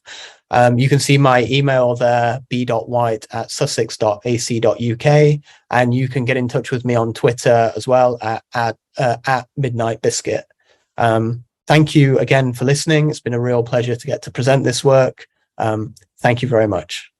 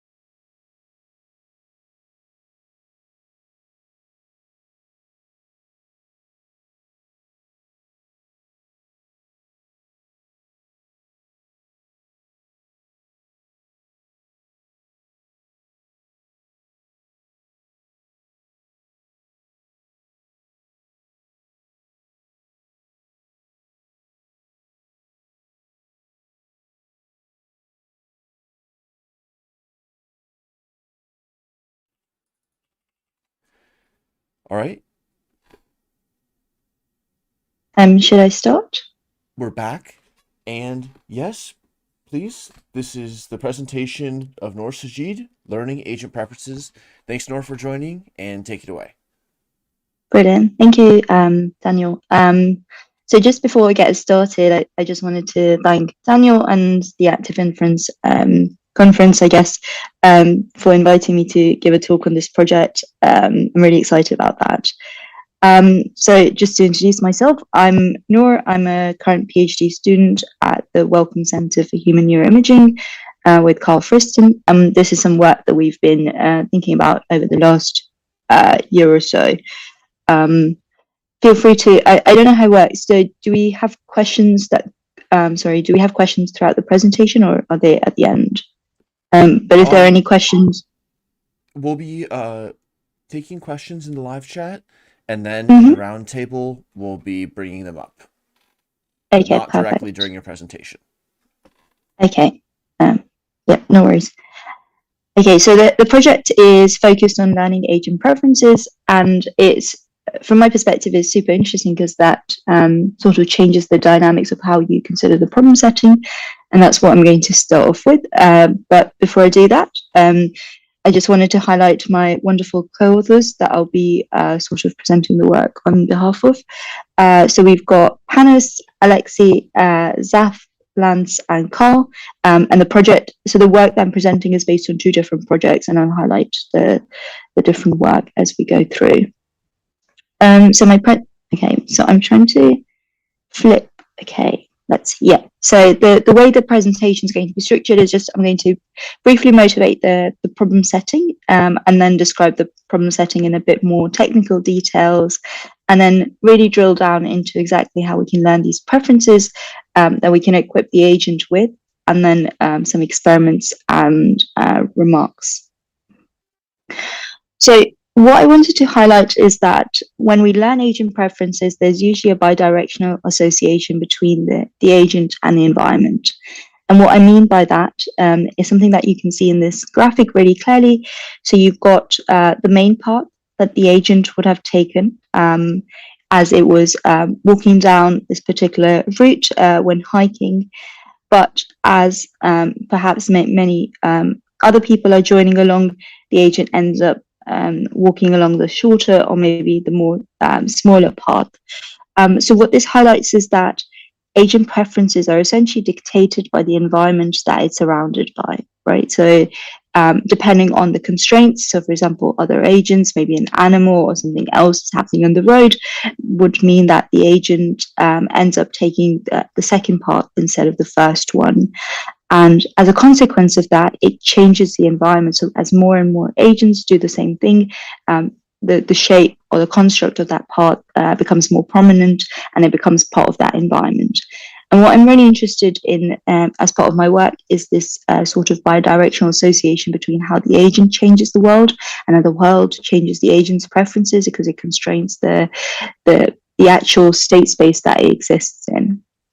But as part of this project and the work that I'll be presenting, we're purely focusing on how the agent's preferences or how the agent's, I guess, objectives are changed as a consequence of the environment constraints. But before I do that, I really I wanted to highlight what preferences actually are, because a lot of the time we're not really aligned on what that means. So I'll just briefly describe how we are considering preferences. So preferences here are usually a subjective assessment of what agents would like to experience, and this can be continuously learned or modified, even in the absence of external feedback. So there might be some internal motivations or some objectives that the agent is learning internally that shape exactly how the agent wants to behave in the world. So in the previous example, when we were looking at the case of going between the 2 parts, depending on the constraint of the environment, it's essentially the agent's subjective preference, because it could have taken another route, which, so for example, maybe here, and that could have also shaped the environment as well. Okay. So let's motivate this problem setting slightly more formally. So we're going to be working as part of the idea that these agents that we're interested in have an internal model. And this internal model is composed really briefly of 3 important components. So 3 important random variables and then 1 deterministic variable. So let me just qualify that a little bit more. So we've got our outcomes. So this is something that the agent is exposed to in the environment.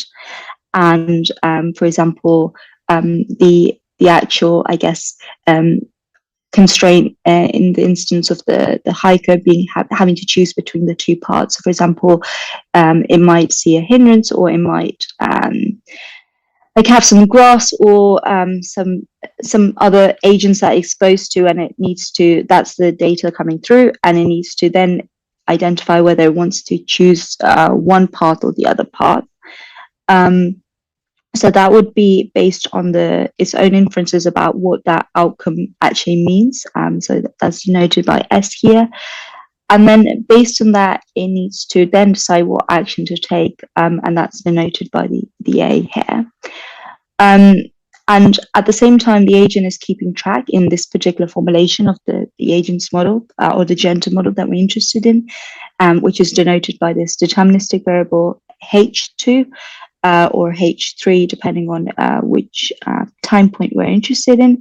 That is essentially this deterministic recurrent model that we have, that's encoding all the prior history, the actual states, the actions and the states that the agent has been exposed to, has selected in the past, and that encodes what is the updates that are then used to select the posterior estimates for the next time point. Then you've got your, in this particular model, you've got your latent state and prior, and we're just calculating them in really a specific way. So your prior is defined as a categorical distribution, and this becomes really important for us because this allows us to use some conjugacy rules to update the way the agent's preferences are learned. And I'll come back to what I mean by preferences in this technical setting a little bit more on the next slide. And the state posterior here is, again, a categorical distribution that the agent is estimating based on the history and the current observation it's been exposed to. Then we've got the standard formulation if you're working within a POM-MDP formulation, where we've got a transition function. So this is denoted again as a categorical distribution conditioned on the history of the agent. The agent is encoding. And then we've got an image predictor that determines exactly what would be the next time point, what would be the next observation given the history and the state. So the idea with this gender model is that you have an encoding of how the agent is representing the world. It tells you exactly how the outcomes are then inferred as particular states that are then allows the agent to evaluate particular actions. But I haven't really defined how the actions are selected. So we work in a standard active inference setting where the actions are defined as being sampled from some probability distribution A, so the actions we saw before, which is calculated as the argmax of minus G over A. So what is that exactly? So for our work, we were interested in essentially extending the expected free energy with a conjugate prior. So the expected free energy in standard terms would be something where you have an extrinsic imperative, you have a salience formulation, and you have novelty. So extrinsic imperative is something that's constrained by the environment. Saliency is when you want to have accurate belief updates, and novelty is when you want to be able to estimate your world appropriately given the parameters of the model that you've been able to learn. And when we extend it for the preference learning setting, and this is something other folks have done, maybe introducing it as part of prior over the outcome space. So we're looking at it as part of a prior over the state space. So let's see if I can get the color to change. Okay, so this is the prior, and we're conditioning it on a categorical distribution D, which I highlighted before, and that allows us to take into, use some of the conjugacy rules of interest.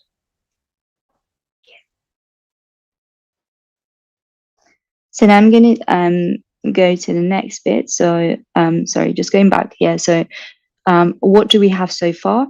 Before we move on to how do we actually land this D that we were interested in the previous slide. So we have an agent who's equipped to the model. The agent is interacting with the world. And based on this interaction, the way the agent is learning its preferences can shift. And the way it's shifted is a consequence of the type of actions it's making. that we had using the expected free energy. So how do we learn preferences?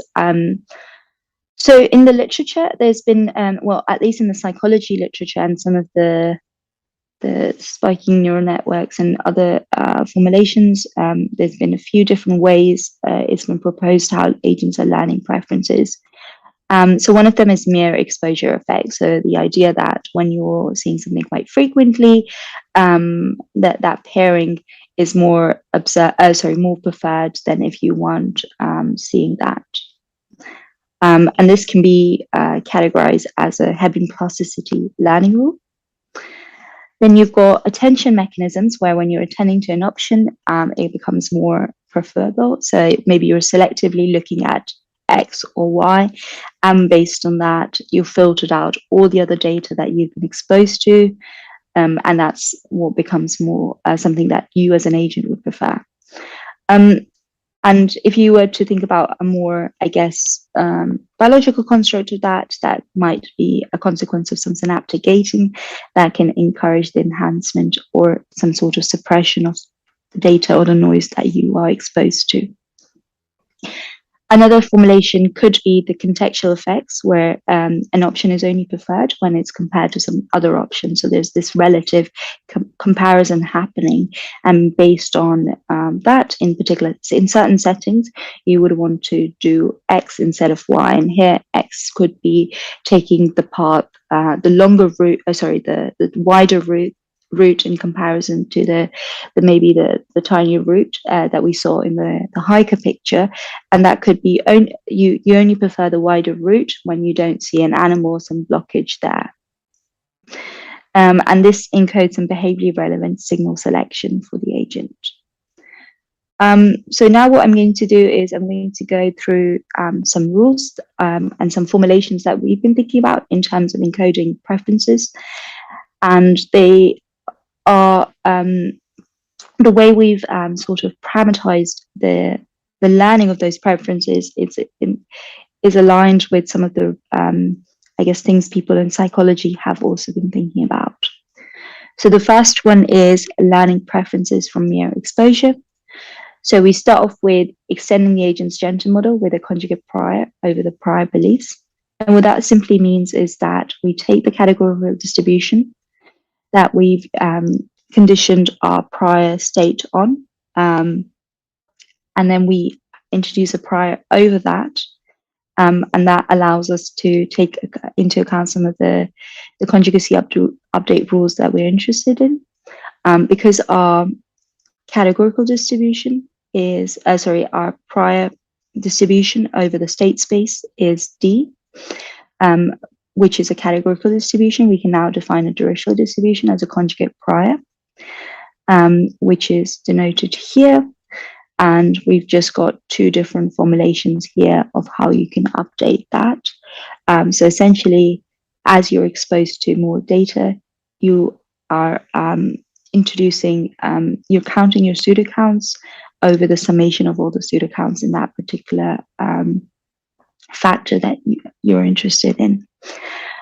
So taking this into account, we can do Hebbian learning rule, which we do using online interactions through prior preferences. So the way it works is that given your hyper priors in the time point before, you can update those based on some some learning rule alpha, and also the belief updates you've had in the past. So this is denoted by the S for that particular pseudo count or the tertiary parameterizations for this current time point, and you add all of this together, and that gives you the updated preferences.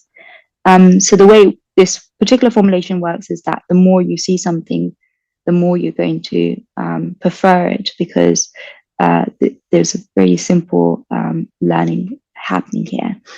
And in the simulations and the way we formulate it at the moment, we've got alpha set as a static parameter equal to 1. So you can manipulate that, and the way you can manipulate it where if you have it alpha going to greater than 1, you will then weight the new data coming in a lot more in comparison to if you had it alpha less than 1, then you're not taking into account the weight of the new data coming in as much.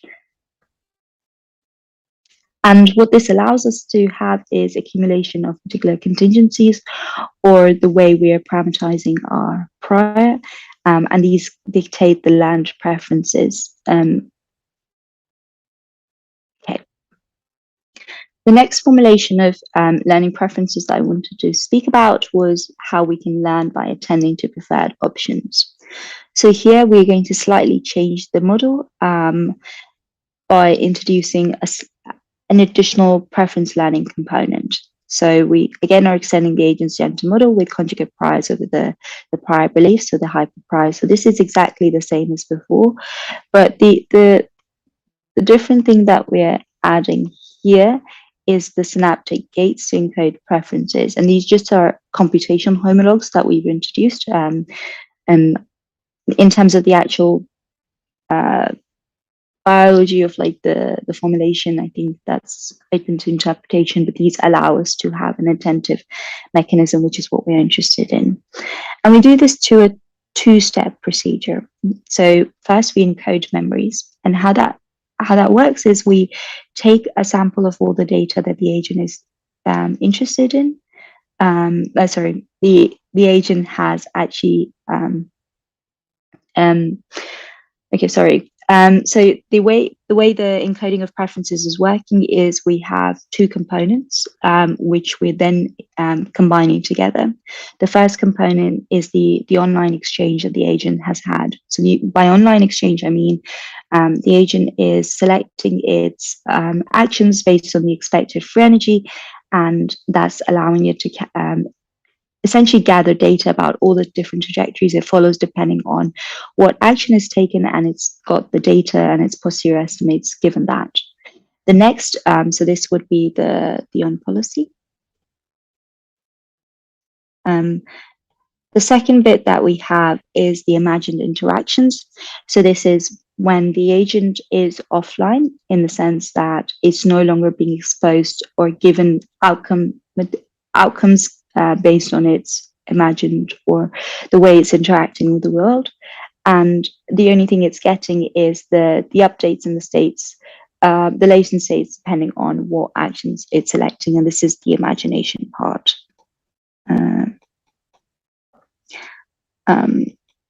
So what we're doing is we're combining this together, and we take 30% of this and all of this. So these are 10 steps into the future, and then we're essentially interleaving them together, and that gives us an encoding of the memory. The reason for only using 30% is to allow for the imagined interaction of the new things that the agent is considering to be taken into account. And the idea with the interleaving is that we're allowing for both the real experience and the imagined experience. So the real is here, the on policy experience, to be used to shape the way the agent is encoding its perception of what has happened in the past. And then using the encoded memories, we then encode the preferences using a selective attention process. So this memory buffer that we have here is what I showed in the previous slide. So this is the memory buffer. And then using this, we essentially encode the preferences using 2 gating mechanisms. So the first one is an attention block, and the second one is a gating block. The attention block essentially weights some part of our distribution slightly higher, and then the gating block constrains or restricts that data out by filtering it. And we are optimizing these 2 blocks using maximum entropy. And the idea with optimizing through maximum entropy is to allow for some shifts in what's happening. And by shifts, I mean to have a more flexible representation, because we're trying to maximize the entropy of the distribution. Okay, and this formulation allows us to encode filter contingencies that can dictate land preferences. This is a slightly different formulation built on the same Bayesian updates, but we're introducing this selective memory component. Okay, so I'm going to quickly go through the experiments. So we evaluated this, the two algorithms in a 16 by 16 by 10 grid world. So an example grid is here. So the agent is presented with this image, including its own location at each time step. And we've got 4 distinct states. So we've got red, we've got blue, we've got the light green and the dark green as well. And in this particular formulation, we have no reward or score outcome modality. So the agent is learning purely on its motivation to understand the world. And if there are questions about that, we can talk about it. And the grid is changed every k steps, and the k determines how volatile the environment is. And at each episode, the agent is initialized in some random location, so maybe here or here, and that constrains how it interacts with the world. So for sake of time, I might skip this bit, but essentially, the tables are highlighting exactly what the training parameters were, and they were fairly consistent. Actually, they're exactly the same between the two algorithms. So the Pepper formulation, where we have Hebbian plasticity, and a Noor formulation, we're doing non-reinforced updates using selective attention. And then the preference learning parameters, that like how long the planning horizon was. So it was 15, and we have an episode length of 100. And we do this for 50 episodes, and we reset. So K is reset every 1, 25, 50, 75, and 100 steps. And this gives us a nice way of evaluating what's happening. So then the first thing we were interested in was evaluating how the preferences are shifting in a static setting. So this is one where we have Hebbian. So this is Hebbian learning. And this is where we have the attentive gating measure here. And with the Hebbian, we can see, this is on the x-axis, we have the states dimensions, and the y-axis, we have the epochs or the time consideration. And this is the same for both the figures that we're seeing at the moment. And we can see with the Hebbian one that as we go further down, it becomes more concentrated, and there's no really shift here. Whereas for this, for the attentive preference learning measure, we've got these random blocks that appeared at once there before, but they also disappear. So it's quite interesting that over time, the preferences are shifting as a different measure compared if you're doing a qualitative assessment of the comparison between the two. And then the content, our post-hoc analysis of trying to actually understand what is happening quantitatively. We compared the Hebbian learning formulation with the attentive selective attention preference formulation, and then we compared it with the baseline, which is the expected free energy, or G here. And on the y-axis, we have the environment volatility. Again, this is the K, but just denoted as percent. And then on the y-axis, we have preference satisfaction and exploration trade-off that we're using as Posadov's distance. And this is just evaluating how far particular trajectories have shifted. So what we're comparing is whether there's an increased exploration or not, depending on which preference metric we're using, because based on our qualitative assessment that we saw before, there is this shift between the different encoding of preferences given the preference formulation that you're using. So we can see that when we get to 50% volatility, there is this shift from exploitation to exploration for the Pepper algorithm. So we see that here based on this nice mode of the distribution that we're seeing here. Whereas for the Noor formulation, it's slightly expanded out, but it's not as exploitative as the Pepper formulation. And then when we are looking at extreme ends, we can also see that there is this shift from exploration to exploitation for the the pepper formulation, but we don't necessarily see it for the Noor formulation. So at the moment, there is some quantitative differences in the way the two agents are evaluating, encoding preferences and how that shapes the behavior. And this is just an example of the Noor formulation in terms of how much it's exploring the path and the way it's interacted with the environment. So these are the grid worlds, and this is just a heat map of that exploration trajectory. So I'm just going to quickly do some takeaways. So both of the formulations that we have, even though quantitatively and qualitatively they are providing different ways of encoding preferences, they do have a tendency to influence the agent behavior that's different to the baseline or the expected free energy, where you didn't allow for this change in preference assessment. And if we are to compare with the standard reinforcement learning setting, we are here casting what is preferred to an agent instead of the environment or the designer. And it's particularly important in a robotic setting where you want to be able to go back and allow the agent or a robot to be able to shape some of its own goals and objectives, purely if it's working in a more creative setting. Maybe in settings where it has to do a really specific task, this type of formulation might not be the best. But this does provide a flexible formulation where we're only modifying the preference learning component and using the same gender model. So the initial gender model that I defined for the agent is kept consistent for both the pepper and the Noor formulation. But the behavior that we're getting is through this additional component that we add. But the key thing to note is that these preferences are a consequence of learning a suitable gender model. So if your gender model isn't that good, then the way you would learn the preferences themselves might not be the best. So there's a slight trade-off because whoever's designing this formulation or working with this formulation needs to take into account how well the gender model has been encoded or learned by the agent.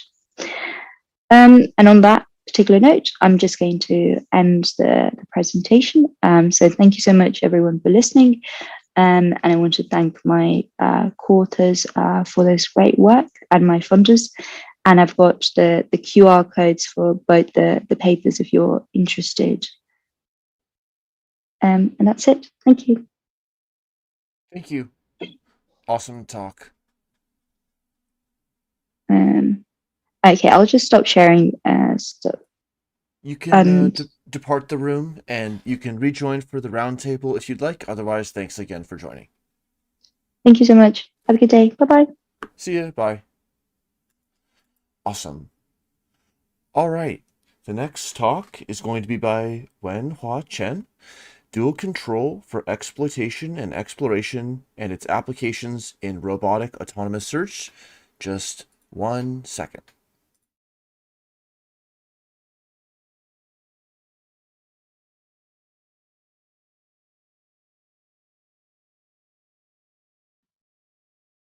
Hi, Daniel. Hi,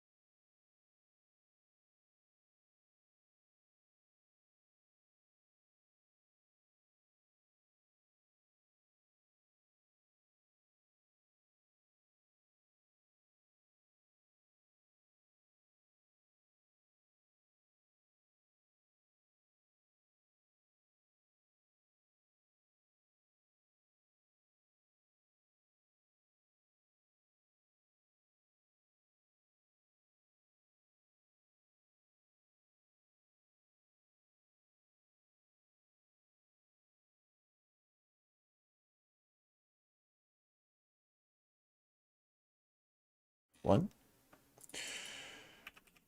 All right, we're Hi. back. We're back with Wen-Hua Chen. Thanks again for joining, and please take it away. Okay, thanks for inviting me to this particular meeting. It's quite interesting for me. And as we are not, I'm not always operating this particular community. So thanks for providing me this chance to share my working experience with you. So my talk is about how to develop a autonomous search strategy for robotics, and in this context about chemical, biology, and other interesting dispersion. So the approach I'm developing is called dual control for exploration and exploitation. And as you will see, is actually bear lots of similarity with the active inference theory. So I came from Loughborough University. I'm working in the aerospace and automotive engineering department. So I have quite a strong engineering background, but not on the neuroscience. So this is the basic outline of my talk, and I can share you some background about the application, and also discuss design method, and then talk about the simulation and experiment results. And also, particularly, I'm interested to share with you about my thinking about what are the relationship between the approach we discuss here, and also the active inference, reinforcement learning, and other similar kind of area, and then talk about what is the way move forward. So let's talk about the autonomous search as a case study. So this is so basically can widely found in the natural environment, and for the polar bear, they try to find the prey or the food, and they need to use smell, and also similarly, you can find insects. If they are such mating and other food, they can use similar kind of strategy. The idea here is by make use of the sensors, they need to reasoning about where the food or the sources might be. Then think about what is the best strategy in order to find it. And particularly interesting for us is how to convert this kind of intelligence from natural world into the engineering area. So we are able to teach robots or UAVs try to search any chemical, biology, and resources. And also in the future, it can be using for environment force enforcement, for example, and try to find the pollution, where the sources, and many other applications. So basically, you can think about it. The idea here is somehow like you try to develop a smell dog, which can sniff around them, try to find the drugs and other dangerous materials. This is not a new area. There are lots of research in the area, and in particular in bio-inspired, lots of research.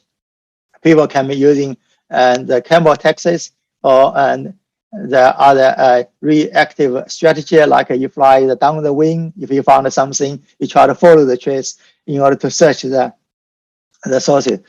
Another mainstream work in this area is based on we call the information theory approach, which is you treat this kind of process as an information game process. Somehow at the beginning you don't know where are the sources, and you have a high level of uncertainty.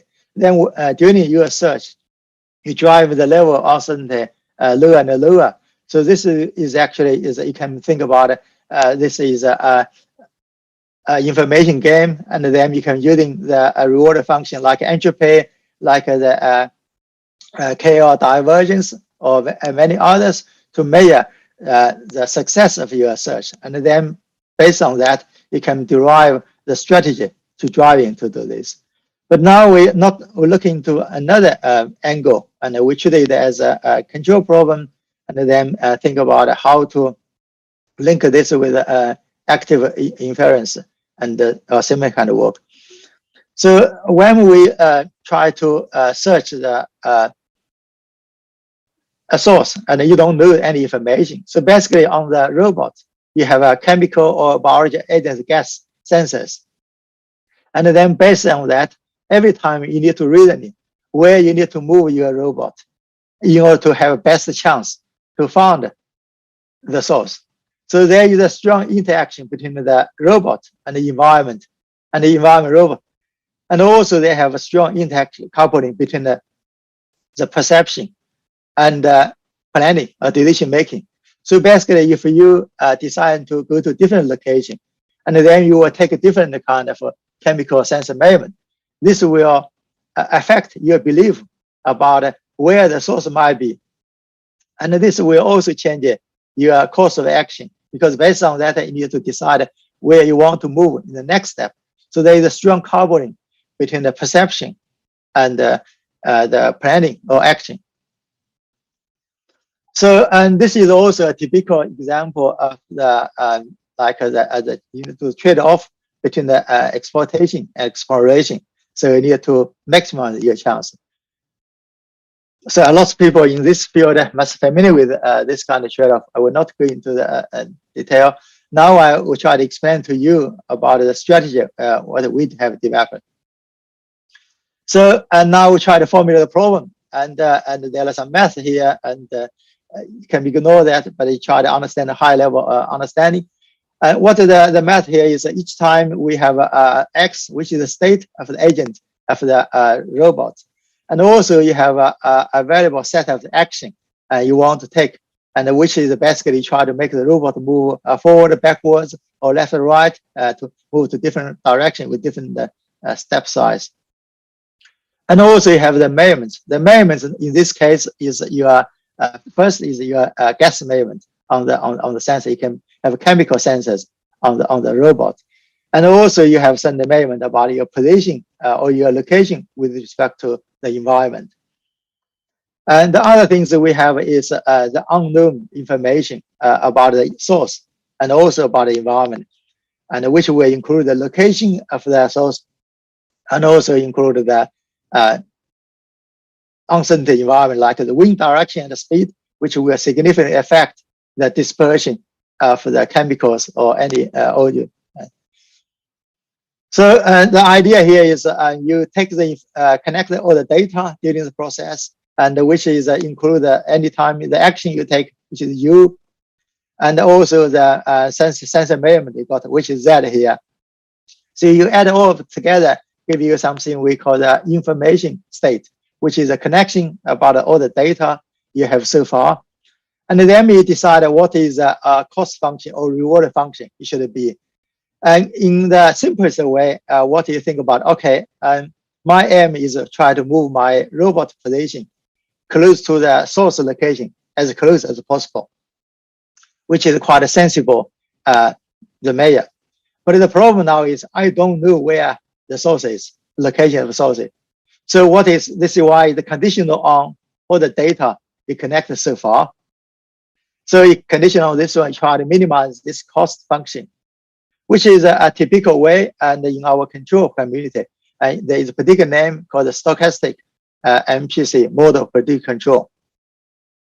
But what we do want to do is move away from this, just doing this. We want to do further, and because this we move further, this is actually build up a link with the active inference. So what we do is now, okay, we're not just the conditional on all the data we connect so far, but also we connect on some virtual data. So what it basically is we also add the future, all the actions, and what are the future outcome. So somehow, because you have a model, you said, oh, if I do this, what is going to happen? What kind of sense measurement I'm going to get? If I do another thing, what kind of measurement I'm going to get? And how this measurement will affect my belief of the world, of the environment. So that means I now conditional on not only on the IK, but also conditional on IK plus 1. And here, we need to have take into account the control action on our future measurements and how future measurement will affect our belief. Okay, but before I introduce the detailed mathematics, a little more matter, I try to give you some definition and notation. So suppose anytime you have the probability density function of any unknown parameter theta you want to estimate. This is a PDF probability density function of that. And if you take the mean, the expectation of that, this will give you something we call the nominal estimation. Okay, use the mean of that as your nominal estimation.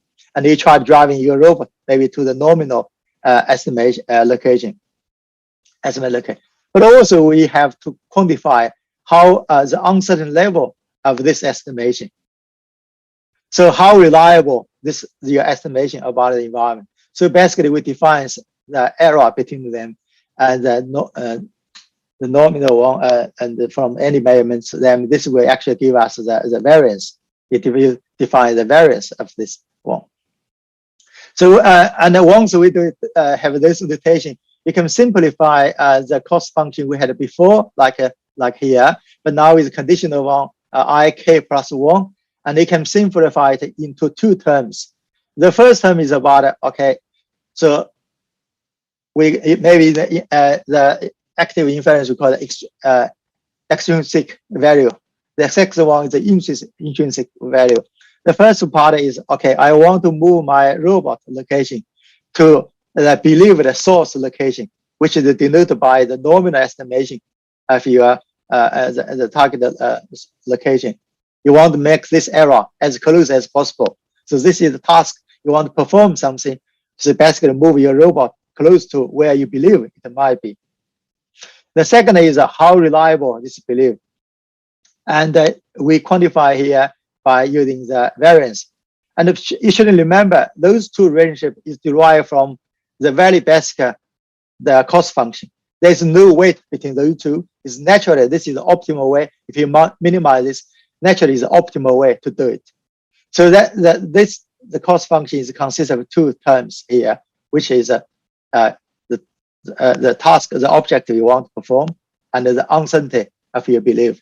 So you have the extrinsic and also intrinsic values, and optimally combine them together. Okay, so now we can go to a little bit more detail about the equations, and I will not go into too much, but basically is somehow like this is the basic agency equation, like the next time's robot position depend on your actions. And also you have the dispersion model, which is somehow like a Gaussian model, but it also depends on a number of parameters, which is the wind speed, wind direction, what kind of chemicals you have. They have some lifetime stay in the air, and then some other parameter associated with the location of the source. But also we try to model the sensors, and we should know that in the environment, the chemical and also those bioagents, their concentration are really low, and many times maybe you're not able to detect anything. But also you should also know they have lots of local turbulence which upset your sensor. So that means lots of time you couldn't follow the gradient method. Try to say, oh, I followed the gradient, I found the maximum the concentration. No, it didn't work. This is maybe what it looks like of the true dispersion fields. You can see the concentration change quite dramatically. So that's the challenge. So we also need to modeling the sensor behavior somehow like when the sensor you can have a reading. So it's true reading plus some sensor noise. Whether many times you don't have sensor reading. So you just purely have a background noise of your sensor. So that is another kind. And once we do that, and we have the try to see what are the unknown parameters about the environment, about source we want to estimate. So basically about include the wind speed and the direction and other associated with the chemical components, or and then the parameters associated with the target, particularly the source location, the release rate. And then we can be using in our framework, we're using Bayesian inference to do it, try to estimate those parameters. So this is what the diagram looks like. So basically you have two parts. One is about the reasoning. Another part is about the planning or control action. In the reasoning, every time you take the new measurements and you based on the prior information and the model you have, this model, and you try to update your parameter estimation, and then you build up a probability map about your local environment, and then you fit this into your planning. Here you try to estimate if you take any action, what's the influence about your belief, and also how to make your agent close to the source. So you do the planning here, and this somehow like this red box is somehow like you try to using your virtual or measurement to do the reasoning, and repeat this again and give you a decision, and then just keep doing this. And so you can do some simulation study about this. For example, if we start from here, this is source, this is concentration, and then you can put the source in different location and the agent in different location to see how they are performed, and then try to understand the behavior performance. And what we can see is if we quantify the performance in two ways. One way is we call the successful rate, which is if we run the simulation 100 times or experiment 100 times, what's a successful rate? So for the new approach, you can achieve about 100%. And for the some entropy-based original our method, you can achieve about 80% of the chance found that. If we're using a classical model pre-control, you also have about around 80% of chance to find this. Another the measure is about how quickly your conversion move to the true source location, which is denoted by distance from the agent to the source in terms of the root mean square, because you run it many times. And what you can see, our approach is actually can decrease very conversion to the source very quickly, and but others is all can slowly conversion to that. And we also can do the experiment. This is the exciting bit. You can put on the physical robot, try to let it run, and then you can do the using the software to implement your high-level algorithm. But at low level, you also have a control loop. Try to command your robot, try to drive it and follow your high-level the decision to see where you want to move. The low level will follow that. We're using the sensors and also some low-level control to do it. So here are some experiment result. You can see it's very turbulent, and the concentration change quite quickly. The robot starts from any points, and the purple points giving you an idea about the belief where the source might be represented by particle filters. You can see with the time goes, they're concentrating to closely and then to the location of the source. And this is after that you can map in the area, give you the idea about the concentration in this particular area. And also we can do that in flight outside using implement all the strategy on the UAVs. And in the real test, you can have the chemical sensors here. This is all the GPS, the cameras, and all the sensors. And you have a low level the ground control station here. And then you can do all the experiment outside. This is a trial on the chemical plants. They have a leakage of a gas, and then what did happened. And you can see the test, and we did, and in the industrial side, and the UAV taking off, and they got to the chemical sensors on that, and they don't understand where are the sources. Based on that, they develop some search strategy. But the first started with, we didn't do the intelligent search. We just let the UAV to fly around, try to pick up the data. And then we move to intelligent search and try to demonstrate that. So they pretend someone died because the chemical leakage. And then you need to send the UAV to identify where the problem. And then first respond can take the proper action to this. So then you can map in the area. This is not the intelligent search one, but it's just fly randomly to connect the data, build up an understanding. You can say where they are.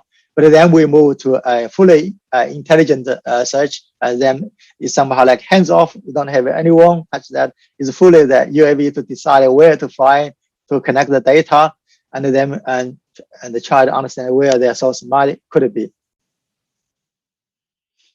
And this is another scenario you can see here, and you have the car here. Maybe this is simulated the environment. You have vehicle involving the accident, whether you have any petrol leakage of that, because this might be, it means you will have a risk of the explosion. And then if you send the first responder to this area that we're under the high risk. So if you could have an agent to be there, try to search where have any potential leakage of gas, and where there might be, then you found them. So that's some idea about doing this kind of search. And then we also develop this one to more broad applications. A particular one we call the self-optimization control. That is the idea is for any or most system, you want to maintain it operate in best possible way, which can change with the environment, because when the environment changes, the best possible operation way will change it. However, you want to you have a system, and by taking the same idea as we already talked about, they're able to explore the environmental influence on them. They understand how to best operate themselves. So somehow like here, they just change the environment and reward function. You just try to follow that, then try to do the best. So there's many applications. I just talk about one. This is a situation when we have is about renewable energy. You have a PV farm. The energy is the aim is very simple.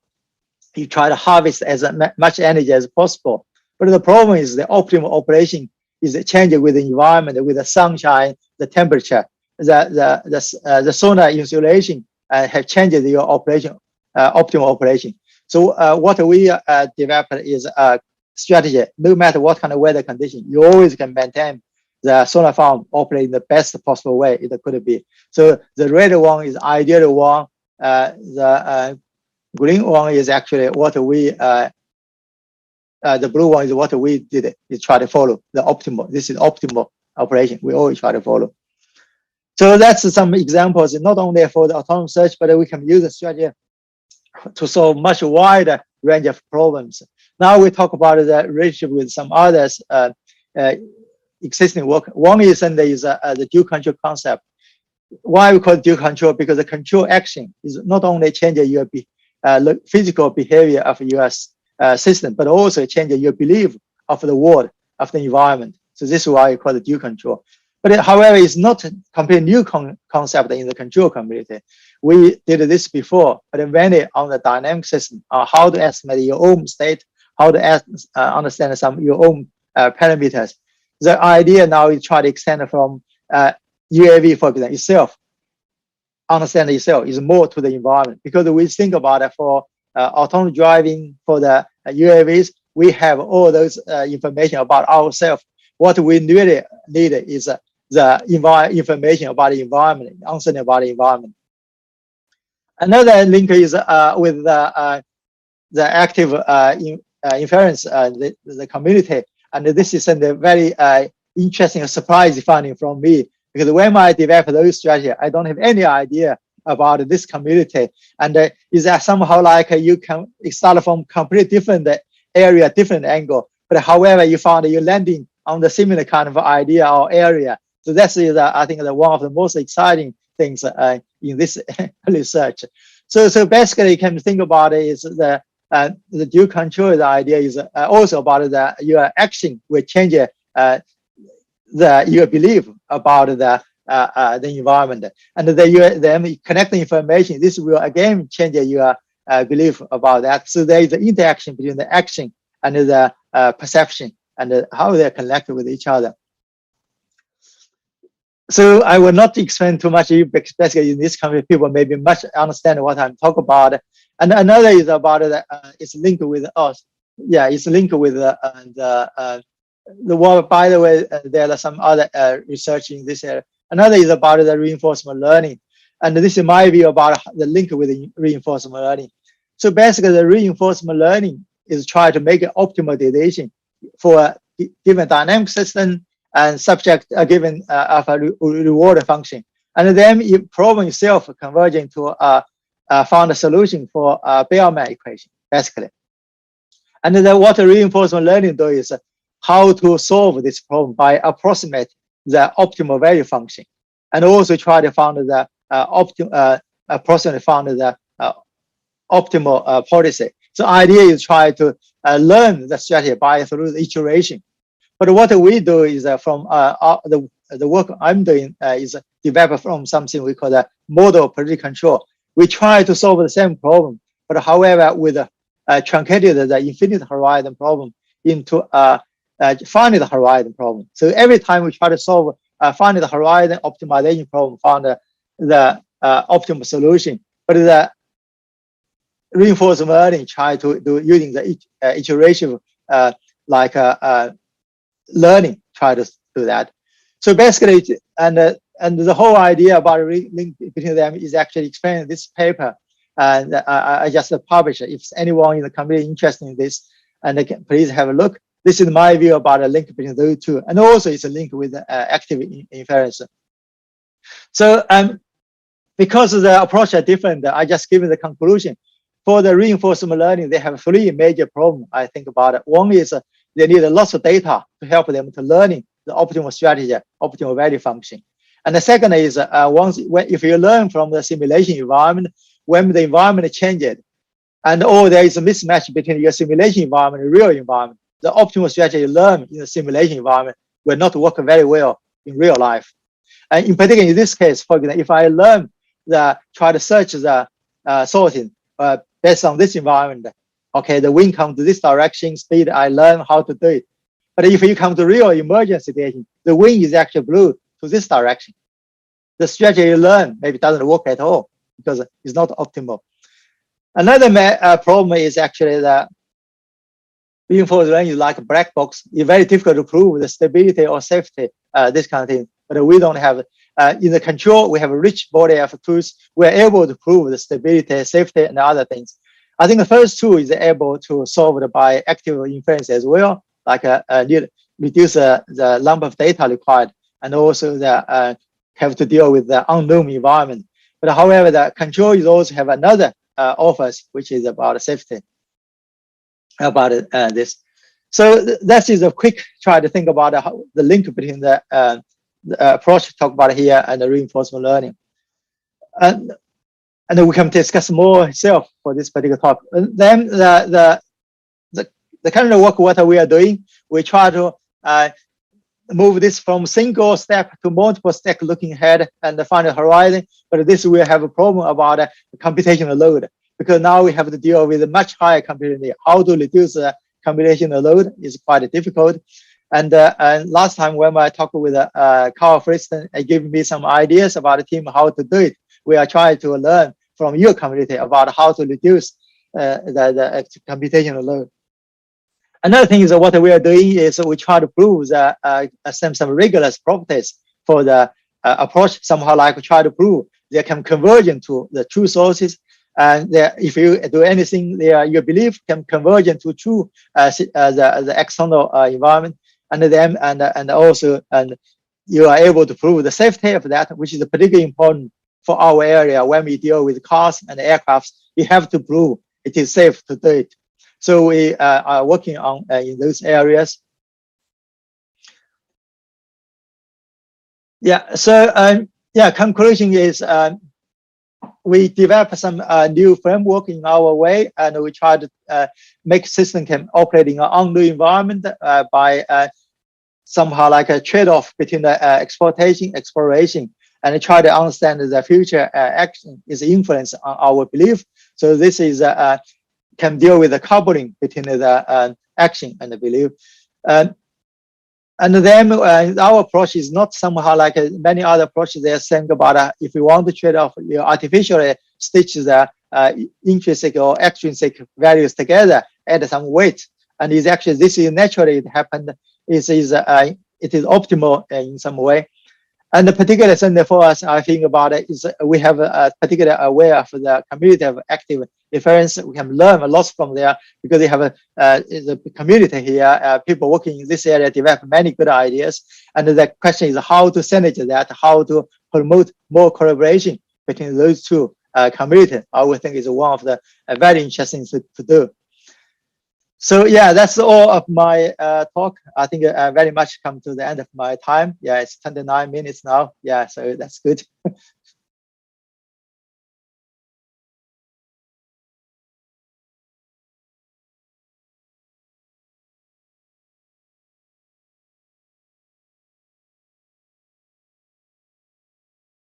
Okay, yeah, thanks. Yeah, so I will join the roundtable. Yeah, thank you.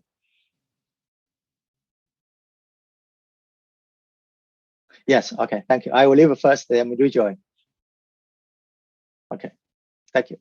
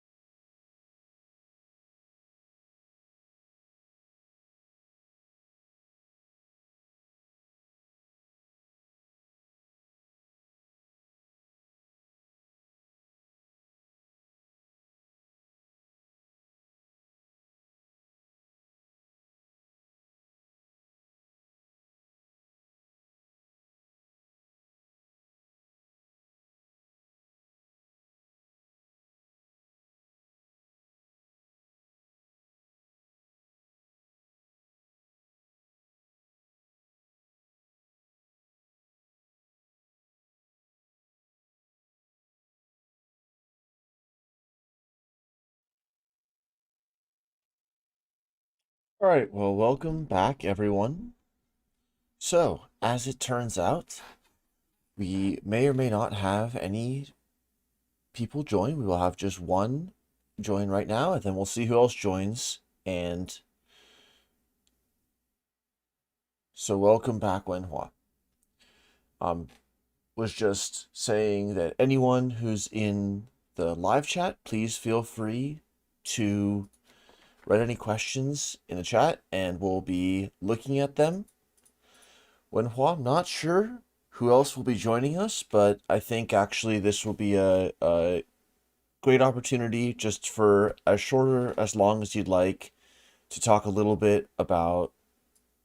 more about what you presented on, and also connect to some threads that were happening earlier in the presentations. How does that sound? And we'll see who else joins.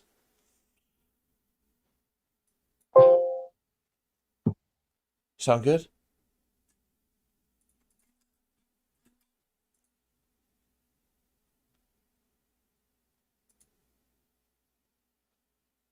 I actually don't hear you anymore.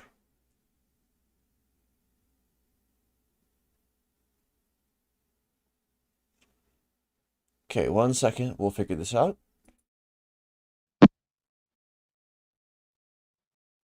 Yes. All right. So we can hear you now. Yeah. Okay. Sorry. All Yeah. right. Welcome. So, we'll talk about some of the previous presentations. Not sure which ones you've seen, and otherwise I'd like to pick up on a few threads in your presentation. And then we'll take any questions that people are asking live. How does that sound? Yeah. Awesome. So one point that you highlighted was this notion of dual control and how it brought you to some of the similar places that active inference has arrived at.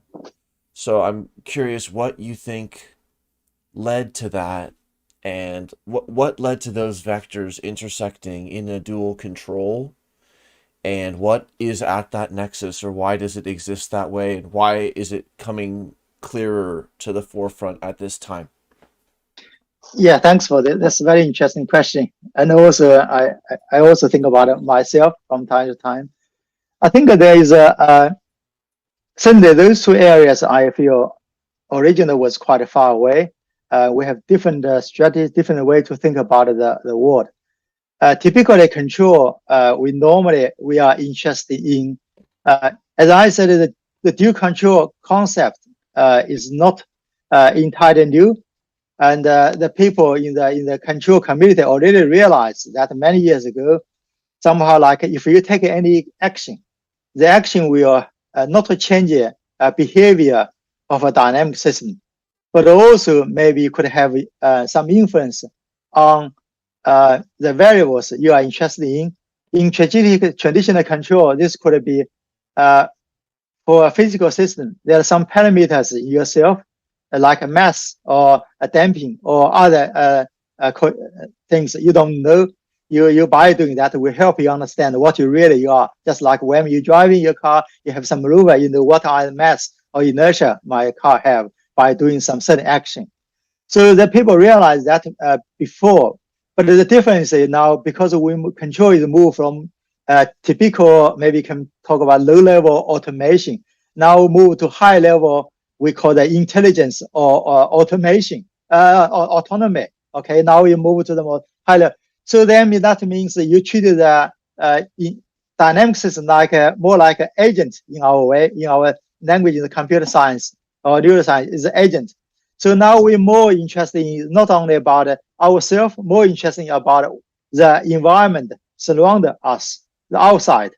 So the work I think is now progress. Like what I did is move from you concern about your agent yourself, more about what are the environment surrounding you, how to explore the environment, how to understand your behavior in the environment. So by doing this, I feel we bring the typical engineering hard or solid control into this kind of natural world, in this kind of biological kind of sense, because now you're more interested in how to deal with or coexist with the environment, how to deal with it. So this is why I view on this. But on the other side, this is also what I reading on the active inference. But certainly this community have more say. I feel traditionally, before the due control, people already have some idea about treat the human brain as a basic machine. So now we said, okay, I have prior information about the environment. I have a new data coming in, helping you understand what is happening around me about the environment. But I think what active inference, for me, I think about it, certainly there's one side, how we define the reward function, and in particular, talk about using free energy to quantify that. This is really wonderful piece of work. But also, I think about it is key things here is about you now think about action. The action is also linked with my understanding of the environment about perception. So the carbon, so using the action to explore the environment give you better understanding. So that it means you move from just treat the human as a passive way to receive the information from the environment. Now we said I can actively do something, help me to better understand the environment. So I feel this is my understanding the key feature of active inference. So because this is the reason you can see the naturally will link with the control we talk about it, because the control normally talk about what is the consequence of your action, how to take the best action. So this is my view. Those two areas, they're from quite a different area gradually because the need of the research and also the something like a trend in the field, they are now moved together. In this particular area, they convergent to each other. So that's what I'm thinking about. Awesome. If I could just like pull out a few threads that I thought were really insightful there. So you cited a paper from the 70s about this dual control notion, the idea that we had to have not just like a single imperative or have an imperative that contained epistemic and pragmatic components and all that entails, like the unknown consequences of action. So what we would have is like expected free energy as opposed to the variational free energy. And then you described how there was a movement from lower level automation control systems, the classical thermostat and other kinds of like single variable, single fixed point implementations. And then as the implementation complexity approaches the multi-joint and way beyond how that multi-joint is going to be in a social context or a changing environment, that system that's being designed comes to convergently require the same imperatives of a nervous system, which is to say like the real-time integration of sparse sensory data. And also that is what authorizes the ecological stance and the embedded cognitive perspective, which ties it in with some other recent threads in cognitive science and neuroscience, like the pragmatic turn. And so it really is interesting how, like, from the technical capacity side, the questions that were converged upon in terms of memory and forgetting and all these things are like the challenges that natural systems have been involved in solving for a long time. Yeah, and that's absolutely right. That's a very interesting part of the technology development. But also there is a maybe demand from the society. And because a lot of things like the traditional mechanical or thermal kind of a simple control already widely existing, they help us to boost our productivity for many years. But now we reach to the stage we want to further increase our productivity, increase our efficiency. And you have to develop a highly automatic system, and which is able to deal with some unexpected events, uncertainty. And so in order to have this kind of like a capability, they also require a high level of intelligence, like our human or animal. So that is actually another reason the technology the move is because the society and the economic, the demand for this kind of thing to happen. Okay, I have another question about your scenarios that you explored. How is explore exploit balanced automatically? How can such a large statement be made? And how is it balanced when risk is in play, like risk of going into a dangerous area? So within the search task, how is explore exploit mediated? And then how does that become more complex, or how is it integrated in the model when bodily injury is on the table? Yeah, thanks for this. Yeah, that's a very interesting question. And also we try to think about this along ourselves for a while. And first, I would like to say for just using the autonomous search, this particular examples to illustrate the key ideas. And the fundamental objective for this particular task is very simple or clear. Somehow like based on my understanding, I try to move, our agent try to move close to real life, to real sources. Okay, so and then we formulate this as a reward function or cost function. Somehow like you want to move your next time's agent location to the source location as much as possible. But however, because you don't know that, so then you conditional on all the information you connect so far. So this is the reward function you already defined. But from there, we derived this particular function if formulated in this kind of way, and also try to introduce the note about the action will affect our belief. And then we naturally, you found the cost function or reward function become two terms.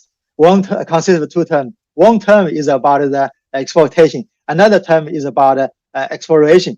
So there's naturally happen. There is no you need to introduce some terms, or they just naturally come together in this kind of way.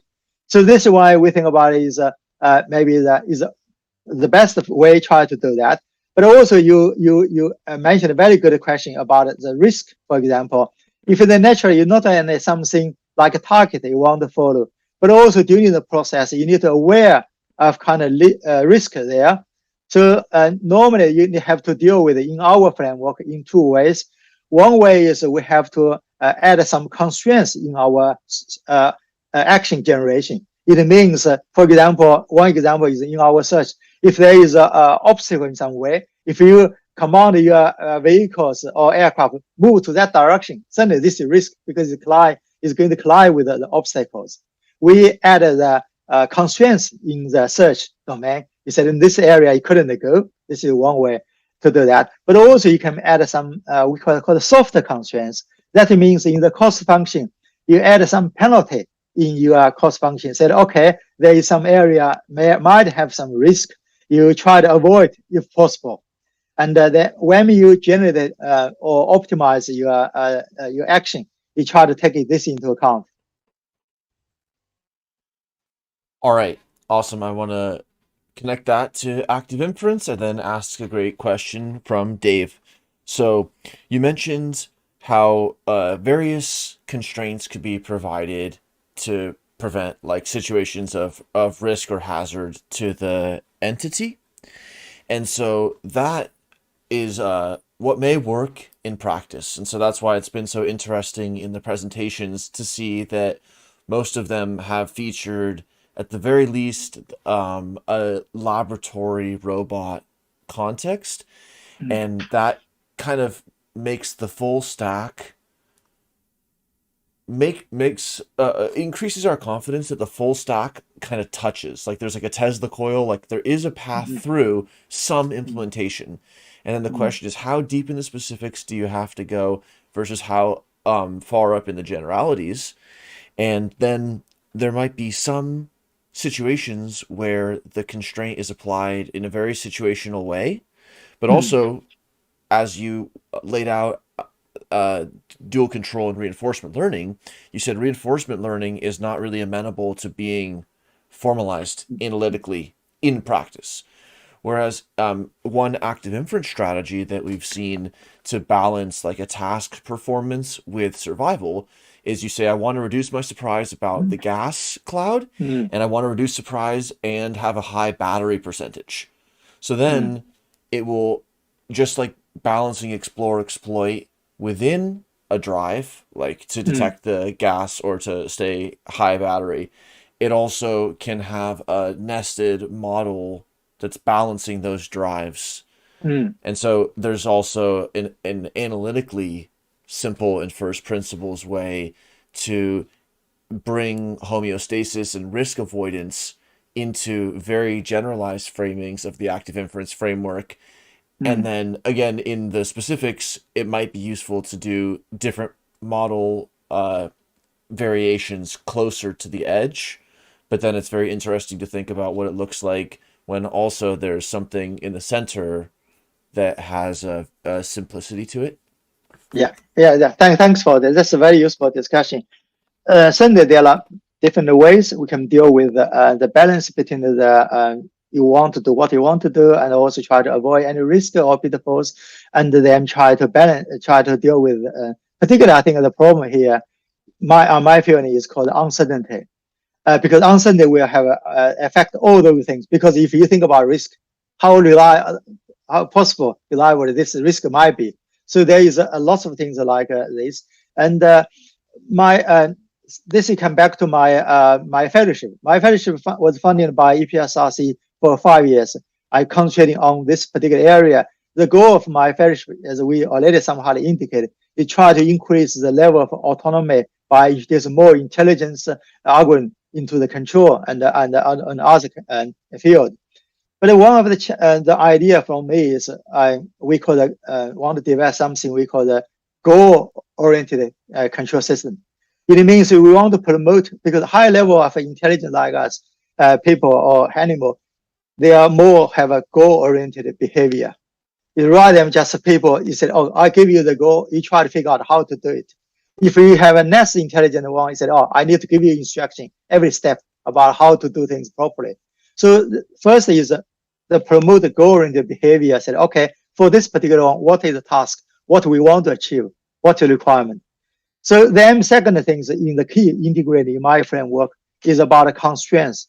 Why the constraint is so important, because you try to avoid any like pitfall, any risk things, or for example, if you want to develop autonomous driving cars, you have to follow the rule of the traffic, the road, and you have to follow that, and you have to follow the traffic light and other things, and you don't want to collide with any other vehicles or hit any pedestrians. So those are the constraints you have, safety constraints in this case. But you also have a lot of physical constraints, because if, for example, you have a maximum power, maximum like temperature or pressure your system could have, otherwise you are going to destroy yourself. So constraints play a very key role here. But the question, as you said, for different scenarios, how to abstract, formulate these constraints is a question. But the whole idea is you have to, for any decision or action you made, you have to respect to those constraints before you try to think about, oh, want to achieve any meaningful objective. Another key part of this one is uncertainty. The uncertainty came from many, many ways. Could be the environment changing or uncertainty we already talked about, but also could be uncertainty about your information, because you have a sensor could have error, or the sensor range is not enough to pick up all the information you need. And there is and also you are uncertainty about your belief of the world. For example, we talk about the risk, but how reliable this risk could be. So I will think about it, and this is my belief in the whole framework for due control. The key thing is about how to quantify the uncertainty about your belief of the surrounding environment. This is driving your reward somehow, like exploration. So those are the key things in my view. And basically, if what our ideal situation is, think about, you talk about in the active inference, we are able to formulate that in an analytical way. And then if I formulate it in an analytical way, we are able to, using some tools or theory people developing in the last 30, 50 years, in particular in the control community and other community, we're able to formally prove if we do it in this way, we can make sure you are able to satisfy certain safety requirements. You will not hit some obstacles. You not put yourself in the danger. For example, like you eat in the natural world, eat by other animals, for example. So this is the dream. We have some progress in this area. We're already able to do a very simple system. We're already able to prove stability or safety of the the due control. But however, and we want to do is try to extend to much wider world. So therefore, the free energy principle is much more difficult because the energy, the functioning level is quite complicated. How to understand that is another level of difficult. But however, in principle, we are able to work together to push this. Thank you. There was really a lot in there.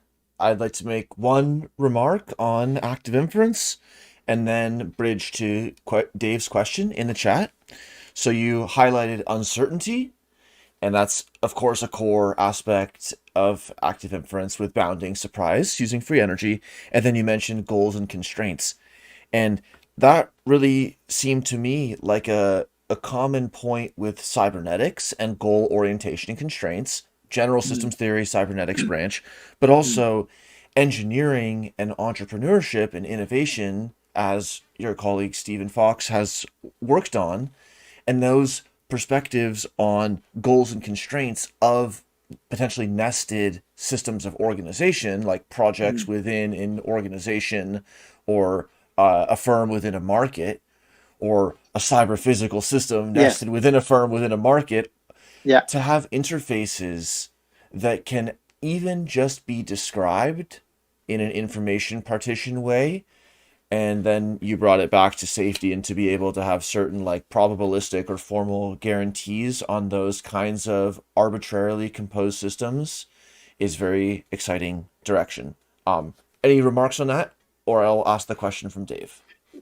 Just to have a quick remark, I think it really, for me, I'm more on the technology side, but however, it's absolutely right.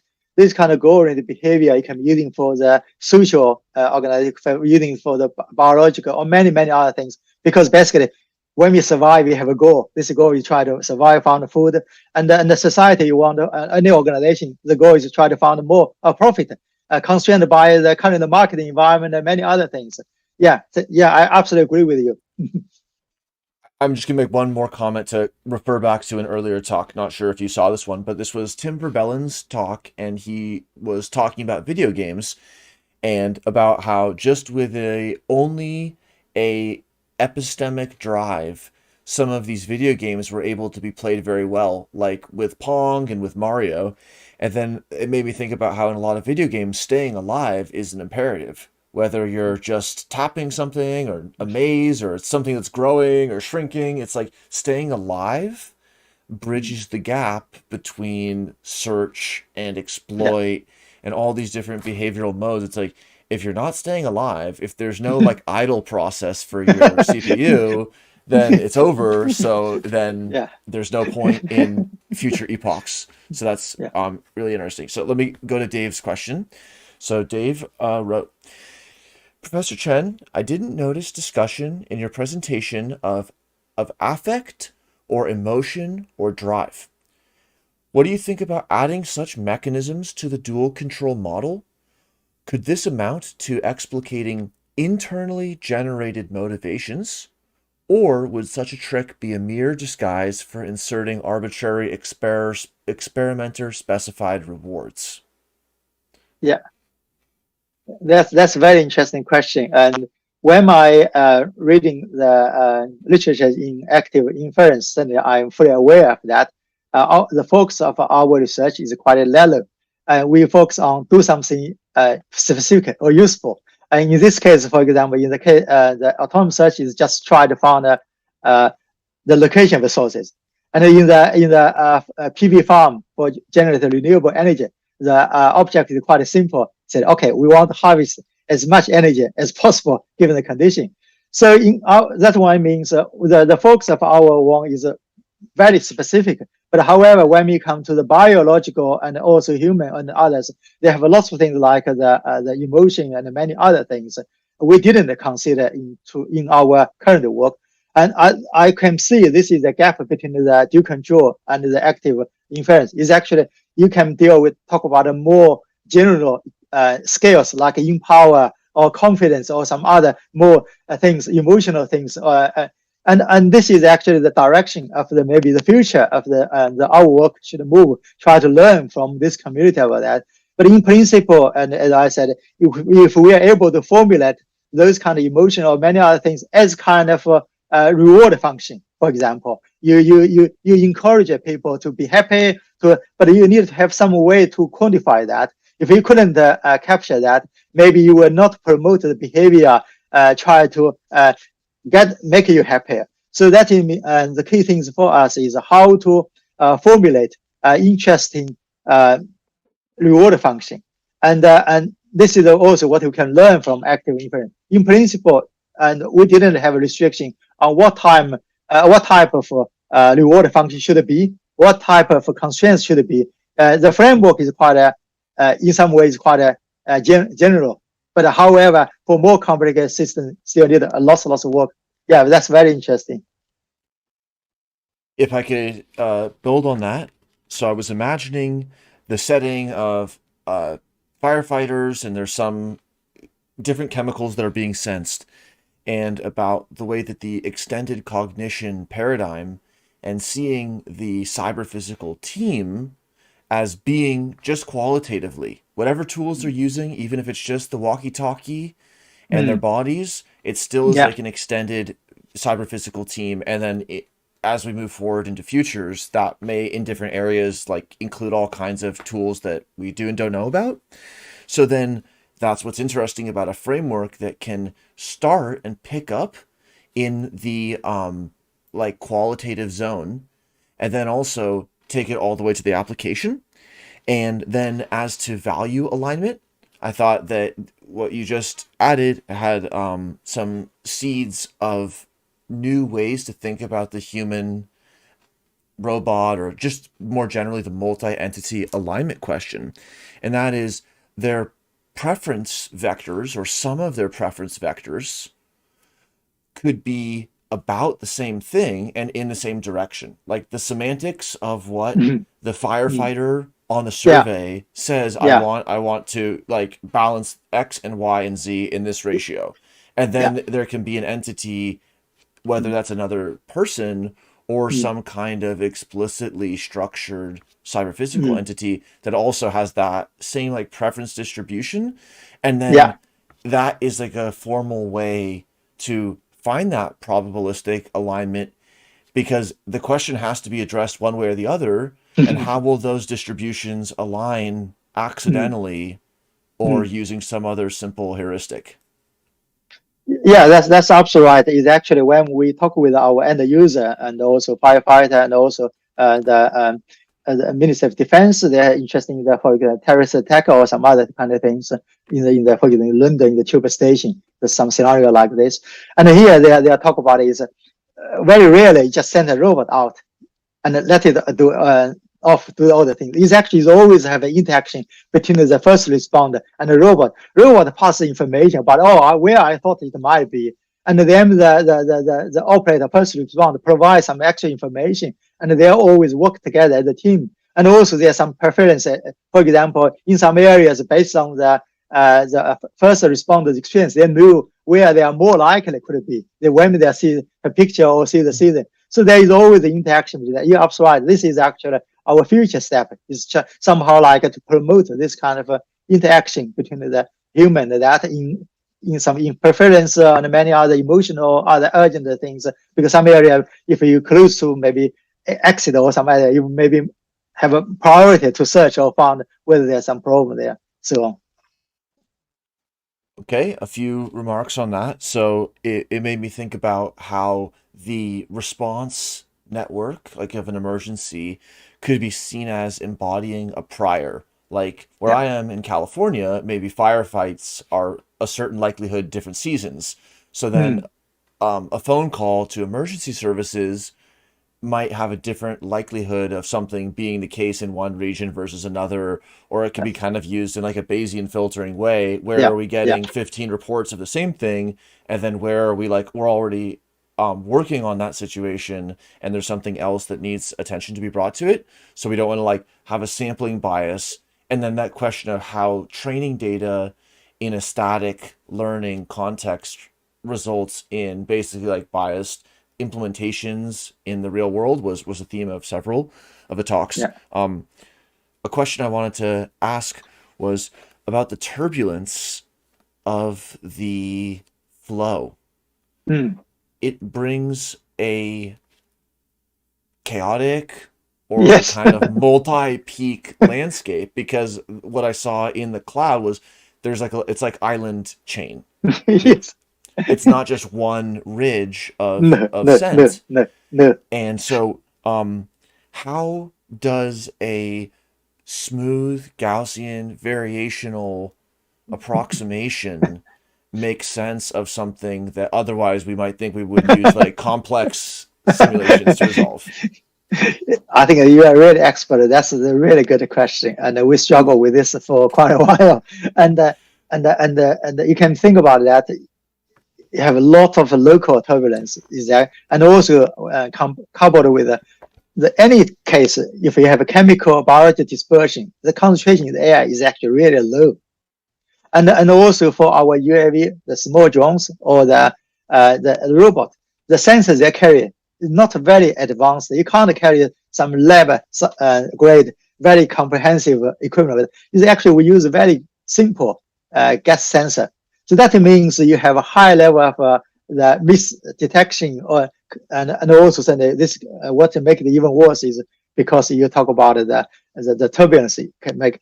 And when we operate on the UAV, the propeller didn't help us. It itself generated lots of local flow. It upset our sensor. So it's hard. Now it's somewhat appreciated. Lots of hard work getting into this area. But try to answer your question is, when we reasoning, we could use a more complicated model. But however, the complicated model sometimes didn't give us, in this case, didn't give us too much benefit for two reasons. One reason is the complicated model is always have because the environment is have a high level of uncertainty. And even you have a complicated model, if it accuracy to represent the real environment, then that's a complicated model give you benefit. If you, the model is environment so much uncertainty there, maybe the simple good enough model is able to do the job. That's the first question. But also by using a simple model, it can significantly driving your computational load down. The simple Gaussian model, it is very simple. But however, you are able to driving your computational load down because compared with a CFD model, computational fluid dynamics model, or more complicated model. Secondly is because the particular scenario, the sensor is not high grade. So a lot of uncertainty caused by model maybe just disappeared within the sensor noise, because the noise is quite high. Even you try to push your model more and more accurate, but it's just maybe 1%. Sensor noise give you 5%. So it didn't give you too much benefit. This is what we found in this situation. So I'd like to maybe connect that gas dissipating setting to one of the earlier talks. And again, not sure if you saw it, but just to kind of recapitulate the point. So this was from Tim Schneider's talk, and Tim spoke about goal-driven active exploration. So I'm sure that there would be a lot of resonance there with the dual model. And one of the questions that he really highlighted was, he asked, can the familiar have intrinsic value? Because he described this problem called the detachment problem, where like a region of high posterior likelihood, a good region to be in, is getting walled off by like a well-explored region. And so that dissuades further epistemically driven actions into that kind of ring. It's almost like we've already been there, but then it's like the new finding was just one more paper down that bridge. Yeah. And then we talk a lot in active inference about morphological computation and embodied computation. And I think in the setting of the gas dissipating, there's several ways like we can be really specific when we're talking about applied embodied computation. So one was what you just mentioned with the UAVs and the fans, and how that was causing a distortion. It wasn't just like a free floating sensor. And that's like our own body models. And so people talk about how the body is a model and it has a model of itself in space. And that's how we can do all these actions. And then the second example of like embodied and extended cognition was the way that the gas was dissipating. So it's almost like the forgetting in the model was happening automatically because you couldn't just build up a heat map of the integral of gas flowing through a region through time. You have to have something that is dynamic, but you're local searching a space. And so your estimate in other areas that are distal will become increasingly uncertain. So what does that make you think about in terms of the work that you're doing? Yeah, all those things are very interesting. There are many directions for that, and we think about it. The work we are doing here is just try to illustrate the very basic principle about how to take the advantage of the action you take to give you the new information, and then from there to help you. So this is basically we talk about bear the same spirit as active inference. So this is the fundamental things.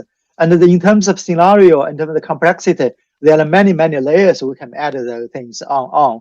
And also one thing you mentioned about the for example, the influence of the agent or the robot is dynamics, but also it could be, for example, we consider a source now is in the stationary is fixed. They are just release the gas, but in the real life, maybe there is a mobile and the things there. People, some terrorists, for example, put something on the truck or on something they're driving around, or some other things could happen. And there are also people talk about intermittent release, sometime release and stop and then release again. So there are many much more complicated scenarios here, and could be very interesting.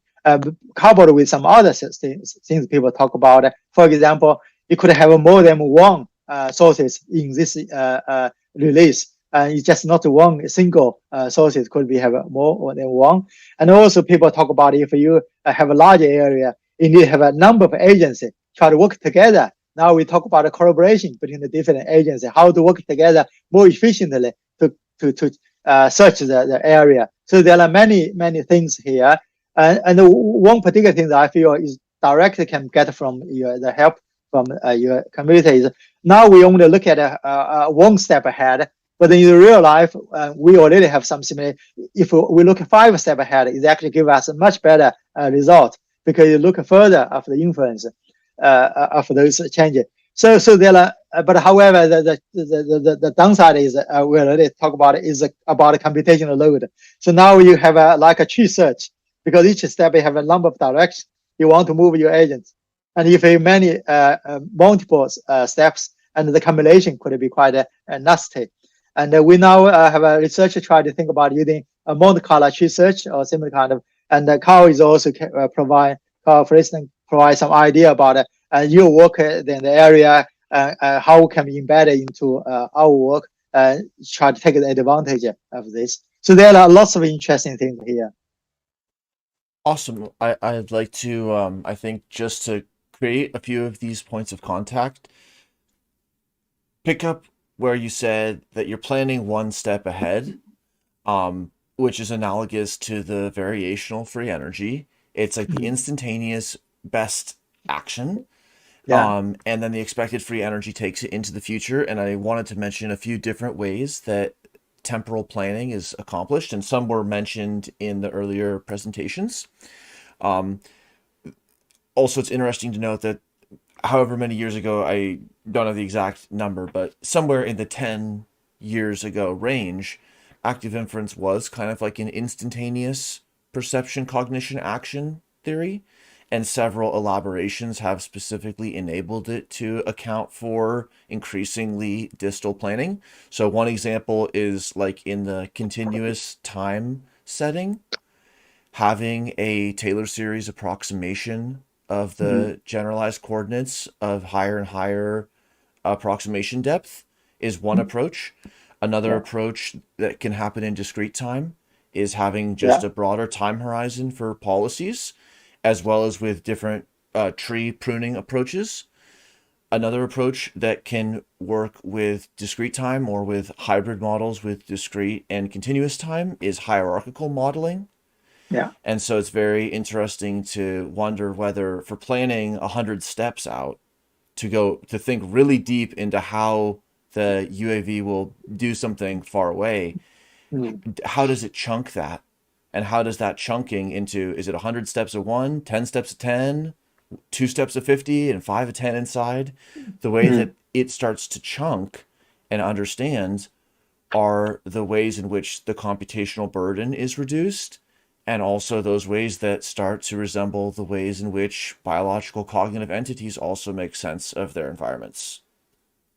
Yeah, I think that's absolutely right. That's a very good way to move forward. We also doing some thinking in this way, but not necessarily coming from the same direction, because we think about it. For example, when you make a decision on the for example, using the autonomous search problem, you somehow like you try to design your waypoint where you want to move to that, and suddenly you have a question about how far the step size. This is actually can change it. And if in the large area, maybe you want to move a little bit longer distance. So somehow this is you can regard this as a hierarchical strategy. And then you actually give the command to low-level UAV control or autopilot. They try to follow those kind of things. So there is a lot of things that we need to think about that. Somehow like is trade-off between the performance, computation load, and the horizon you want to looking at. In theory, if you're longer, it give you better performance, but however, how far you are able to looking at. So there is a trade-off between those terms.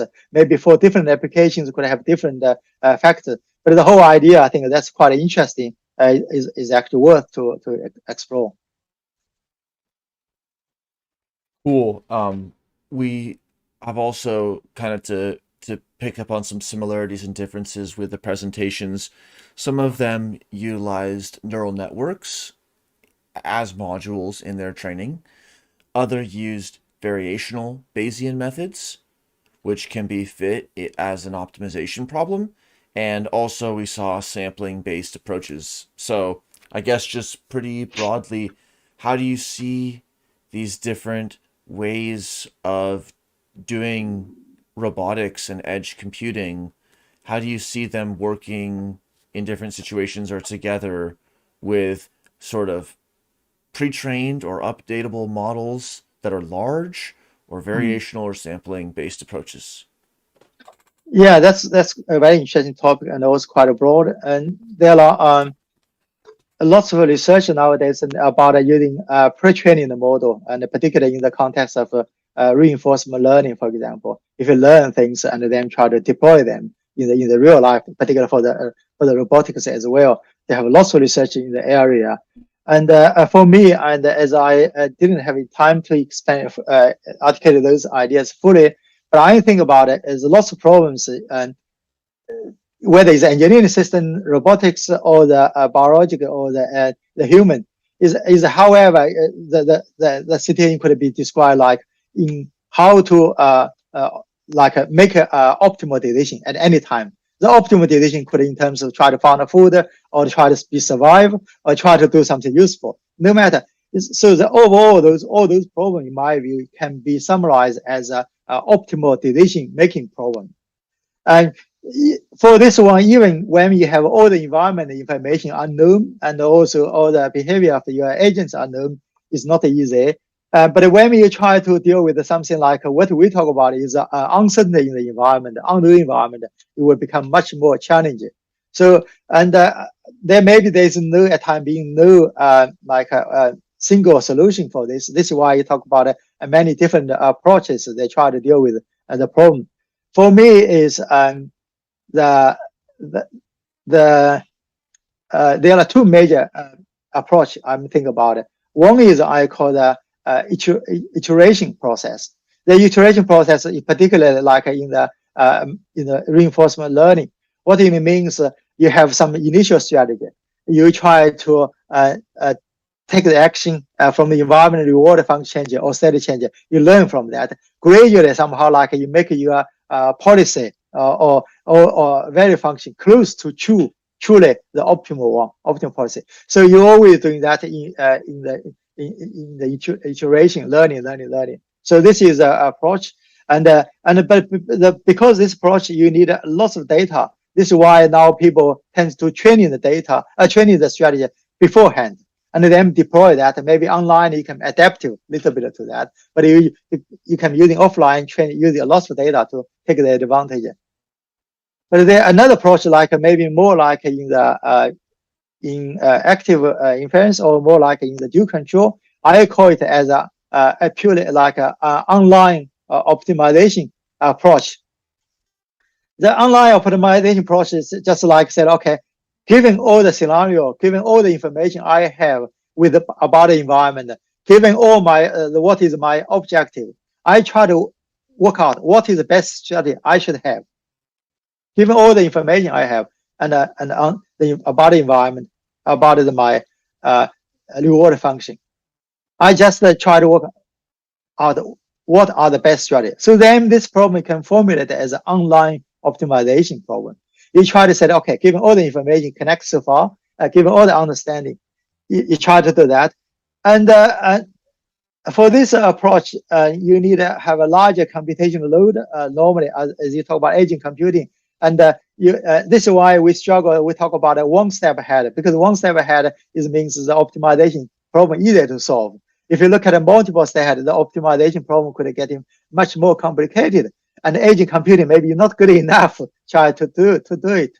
But in principle, I regard itself as a too broad approach to address that. In the active inference, this is precisely you try to using free energy or expected free energy as a reward function. You try to optimize your action to give you the best possible one. So that's why I feel is this kind of similar kind of approach that we talk about. So I was also, while you spoke to the dual control systems, thinking about how it might have formal differences from free energy principle and active inference as we know it today, or again, like we discussed earlier, how it might have reached some of the same points from two different angles. And it made me think about the particular partition and the Markov blanket or the Friston blanket. So do you have any thoughts on this, or I can provide any more context? But first, I just wanted to ask you if the concept of blankets was relevant or there was some analog in the control literature from your perspective. Yes, we maybe we can say we always do that in our control community. So we always do that in the sense traditional WEM control look at is our own dynamics self, and the sensor try to pick up the information. Then the action we take. So this is a control where it's a sensor and your own thing, and then take the action. But however, previous control, we very much like ignore the interaction with the too much about the environment. We talk about the environment in the control. Typically, we call that disturbance. So the aim of our control system when we are existing is try to act against any disturbance, because we try to do something ourselves or keep, for example, if you think about want to keep your room temperature at a certain degree, if someone open door, if the external temperature changes, all those, our control is somehow like, I don't care about anything outside. I care about is that sensors take the information, I do something, and then I take the action. So this is always we regard the world is information from the sensor, and we take the action, which will have some influence outside. Then we take the information from the sensor. So when I in the micro blanket, I found that there's a natural and maybe some somebody with some thinking we have. I feel this is quite interesting the way to looking at the world. And because in this way, you don't care about if someone open the door or don't open the door. You don't know, because you just say from the sensor, what's the temperature changing, and we take this, ignore anything outside that. I'm glad you added that, because I also had wondered whether the control loop was like a pre-active partition. I mean, input-output systems, systems with interfaces, holographic systems, more and more equivalences have been found, but it's kind of like the sparsest representation of interaction between two agents or with an agent in a niche is like, well, you need the road going one way and you need the road going the other way. Otherwise, it's not like you haven't closed the loop. So you have those four pieces, like the two entities and the edges.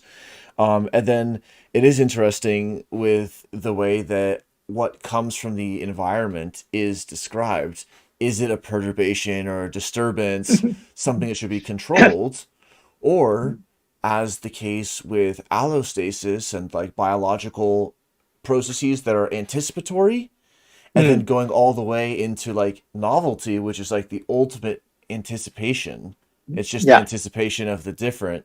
And then it's like, again, paralleling the development of industrial control systems, going from stabilizing vibration into needing to be proactive.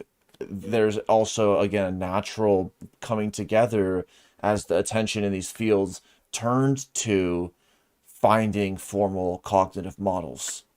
Yeah, you're absolutely right. I think the principle of the macro brain, I think I found quite interesting and relevant.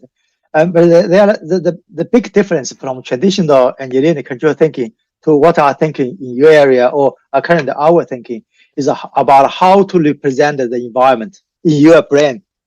So how you try to say this is make the whole thing's different. Because as I said previously, maybe you don't care too much that everything actually is a disturbance or are just interested in your heating system and other.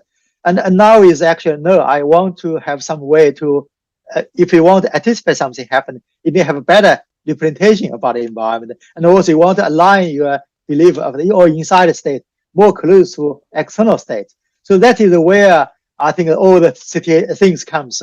And also where you are able to make some high level decision, make where the intelligence come from, because you have better representation about that. You can figure out a better way how to do it, and then how to get the benefit from the environment. So one example that made me think of, and also connecting back to the embodied intelligence and the morphological computing, I remember seeing a robot or a little vehicle, and it was able to move over a surface that looked kind of like a stair on its side. Like it was just very jagged. But the wheel that this machine had was shaped like a square that was the right radius. So basically it was able to roll perfectly smoothly across that one frequency of stair. But a different frequency of stair, it would have just been a total total bumpy ride. So if the wheel would have been small, then there would have been a debate around, well, should we represent chunks of stairs and up and downhill and all that fine scale? But then when the morphology is fit to the niche in a way that's natural, or in a way that is off-sourcing some of the computation to the physicality, then that entity only needs to consider like a linear movement as if it was like in a simpler space.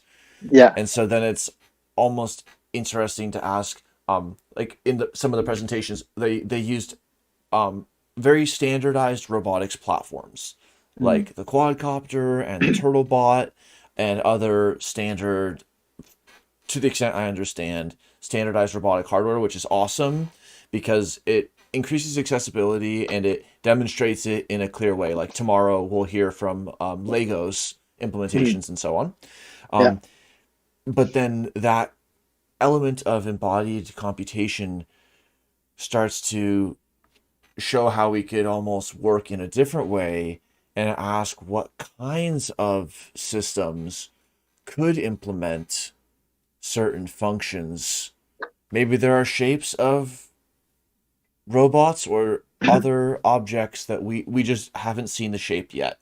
They don't have to have 2 legs. They don't need to be 5 feet tall. They don't need to look like a trash can. Like that's some of the morphologies. But then with the air and the water and the ground, there's so many bodies just of insects. So it's going to be really amazing to see how this is used proactively to design morphologies and behaviors that just do things we haven't seen. You're absolutely right. I think you're absolutely right. Yeah.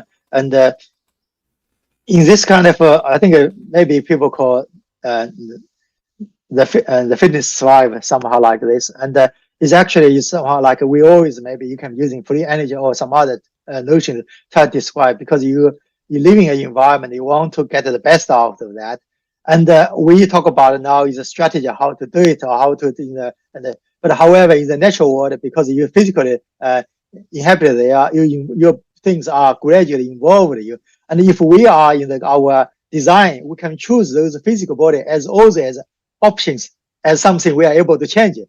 And maybe gradually can combine those two things together. It's not only your brain to make the best strategy, but also your maybe called the actuators or your physical bodies, other things.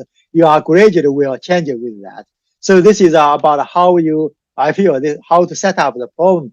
But what I feel much more interesting is in the active inference, when you're using free energy, and then you can try to capture much broader kind of behavior. And as I said, in the control area, we now is maybe more focused on the specific task, specific mission. This is what we do, physically want to do it. But however, a lot of things like soft skills, like more broadly about like a competent or a capability, we don't talk about it. But human, when we do the things, we learn, build up the confidence or embody our skills, and then we do more things. Now this is and I think this is things happening in the active inference, able to explain that, able to have a true framework to do this. We are maybe at a more on the physical line, so I can see things gradually can move together, and you make robots, for example, more capable to do something if they have the ability of change the bodies or change the actuation, change other things, or even maybe they have can improve their sensing, because there's something gradually they learn and they are found more important than other sensing in particular environment. They will try to more develop that kind of particular sensing capability. So I can see that naturally. But the question is about how to set up the problem. We allowed it to make this happen. Well, one phrasing that reminded me of from my own area of insect behavioral modeling is there are many models of task performance, like digging or foraging. However, there are fewer models that are describing task transitions, even though those are really important for the colony. And then the models of task transitions tend to be more generalized, dynamical simulations, and less getting into the kind of agent-based modeling perspective. And so it's like, as we're seeing robotics with the physicality and the technology pushing the frontier, that kind of task switching becomes important, higher and higher orders. And then again, that brings us into the bio-inspired design conversation, yes, because task switching is so essential. And the idea that like the human is this unfolding of memory and anticipation and all of these different features, and it's hard functionally or neuroanatomically to separate out how the human brain works and how animal nervous systems work. And so I think that'll be another interesting area with this tension between explainability and potentially even austerity of the models, in that they'll have parameters, but the parameters in the way they interact, even for a few parametered model, might be difficult to understand, because it's not like going to be all the information is in those generative model parameters. It's going to be those model parameters and the dynamics of how gas is in the world that are sort of relied upon, like outside of the focus, like the background context for the model. So the model itself won't be fully understandable or explainable because it's going to rely on this context, just like no sentence can stand alone. So there's just so many interesting areas, and to see that the directions that different fields can meet at, and then start to structure a productive relationship. Yeah, that's absolutely right. And I think I also absolutely agree with you. It's about the importance of models. In many ways, they are very, very important for us. I knew that in the machine learning area they have a model-based approach and a model-free approach. I'm more biased to model-based approach because you can using like a model-free approach. They are quite powerful in some ways, but however, maybe they suffer some issues you already highlight. How to explain this to the why you make this kind of decision, why you take this kind of action, and more explainable. And for the model-based one, because a lot of things we are doing, and particularly in our area, there are engineering systems, they have a first principle or other models already there for many years. But however, the question is about how to make use of that. And so I prefer model-based approach in many ways. One is for the explanation, you can either understand the action, but also for the, I call that somehow like maybe people use the word sampling efficiency. Somehow like you can use less data because you have a model-based approach. And in our engineering world, data means money. And I knew a lot of people, you say, oh, okay, the Google's, Facebook can harvest millions of data online freely. But however, in the engineering, if you want to do something, you need the experiment to test. If you need to physically run something to get useful data come out from that. So that is means money. So when we're using the model-based approach, is much more efficient in terms of learning, understanding what's happening around the environment. And so this is why economically, I feel is quite important for this, not just for the for the safety or how make it more explainable, but there are some other reasons. Well, very interesting. Is there any other remarks you'd like to add or questions you'd like to raise? Not really. I think that's really a very good conversation. I'm very pleased upon this community, as I said, and it's a surprise for me, and people share the same idea. So what I'm interested in is getting more involved in the community, and also I would like to open the door if anyone working in this community, they want to talk with us, want to work together, and develop some new ideas, as we already discussed, and they're more than welcome. And you could have my contact, and them try to talk with me. And so basically, I think we share a lot of fundamental ideas, and also think that there are some different tools, different concept and approach. If we are able to work together, I will think about it. We make it not only as a tool try to interpret how the natural world and the human or animal the behavior like but also make it as a useful tools to drive us like this theme to design more capable robotics and do something for the society. Amazing. Great. Okay. Close to the first session, so you can depart. Okay, thank you. Wow. What a great discussion. Big appreciation to Professor Chen for joining for that. Well, that concludes the first interval of the second Applied Active Inference Symposium on July 31st, or at least it is now where I am. And in about 8 hours, we're going to have the second interval. It will feature presentations by Bruno Lara, Matt Brown, Adam Safron, and JF Cloutier. It should be a great set of presentations, followed by a roundtable discussion featuring several of those presenters as well as Karl Friston. So hope everybody has a good break in the 8 hours before the second interval, and prepare some thoughts and questions and writes them in the live chat or emails us. Really appreciate you spending the time and attention listening to this Active Inference Institute Symposium, and hope that you'll stay involved, participate, and keep on acting and inferring. So, goodbye everyone, and see you in the second interval.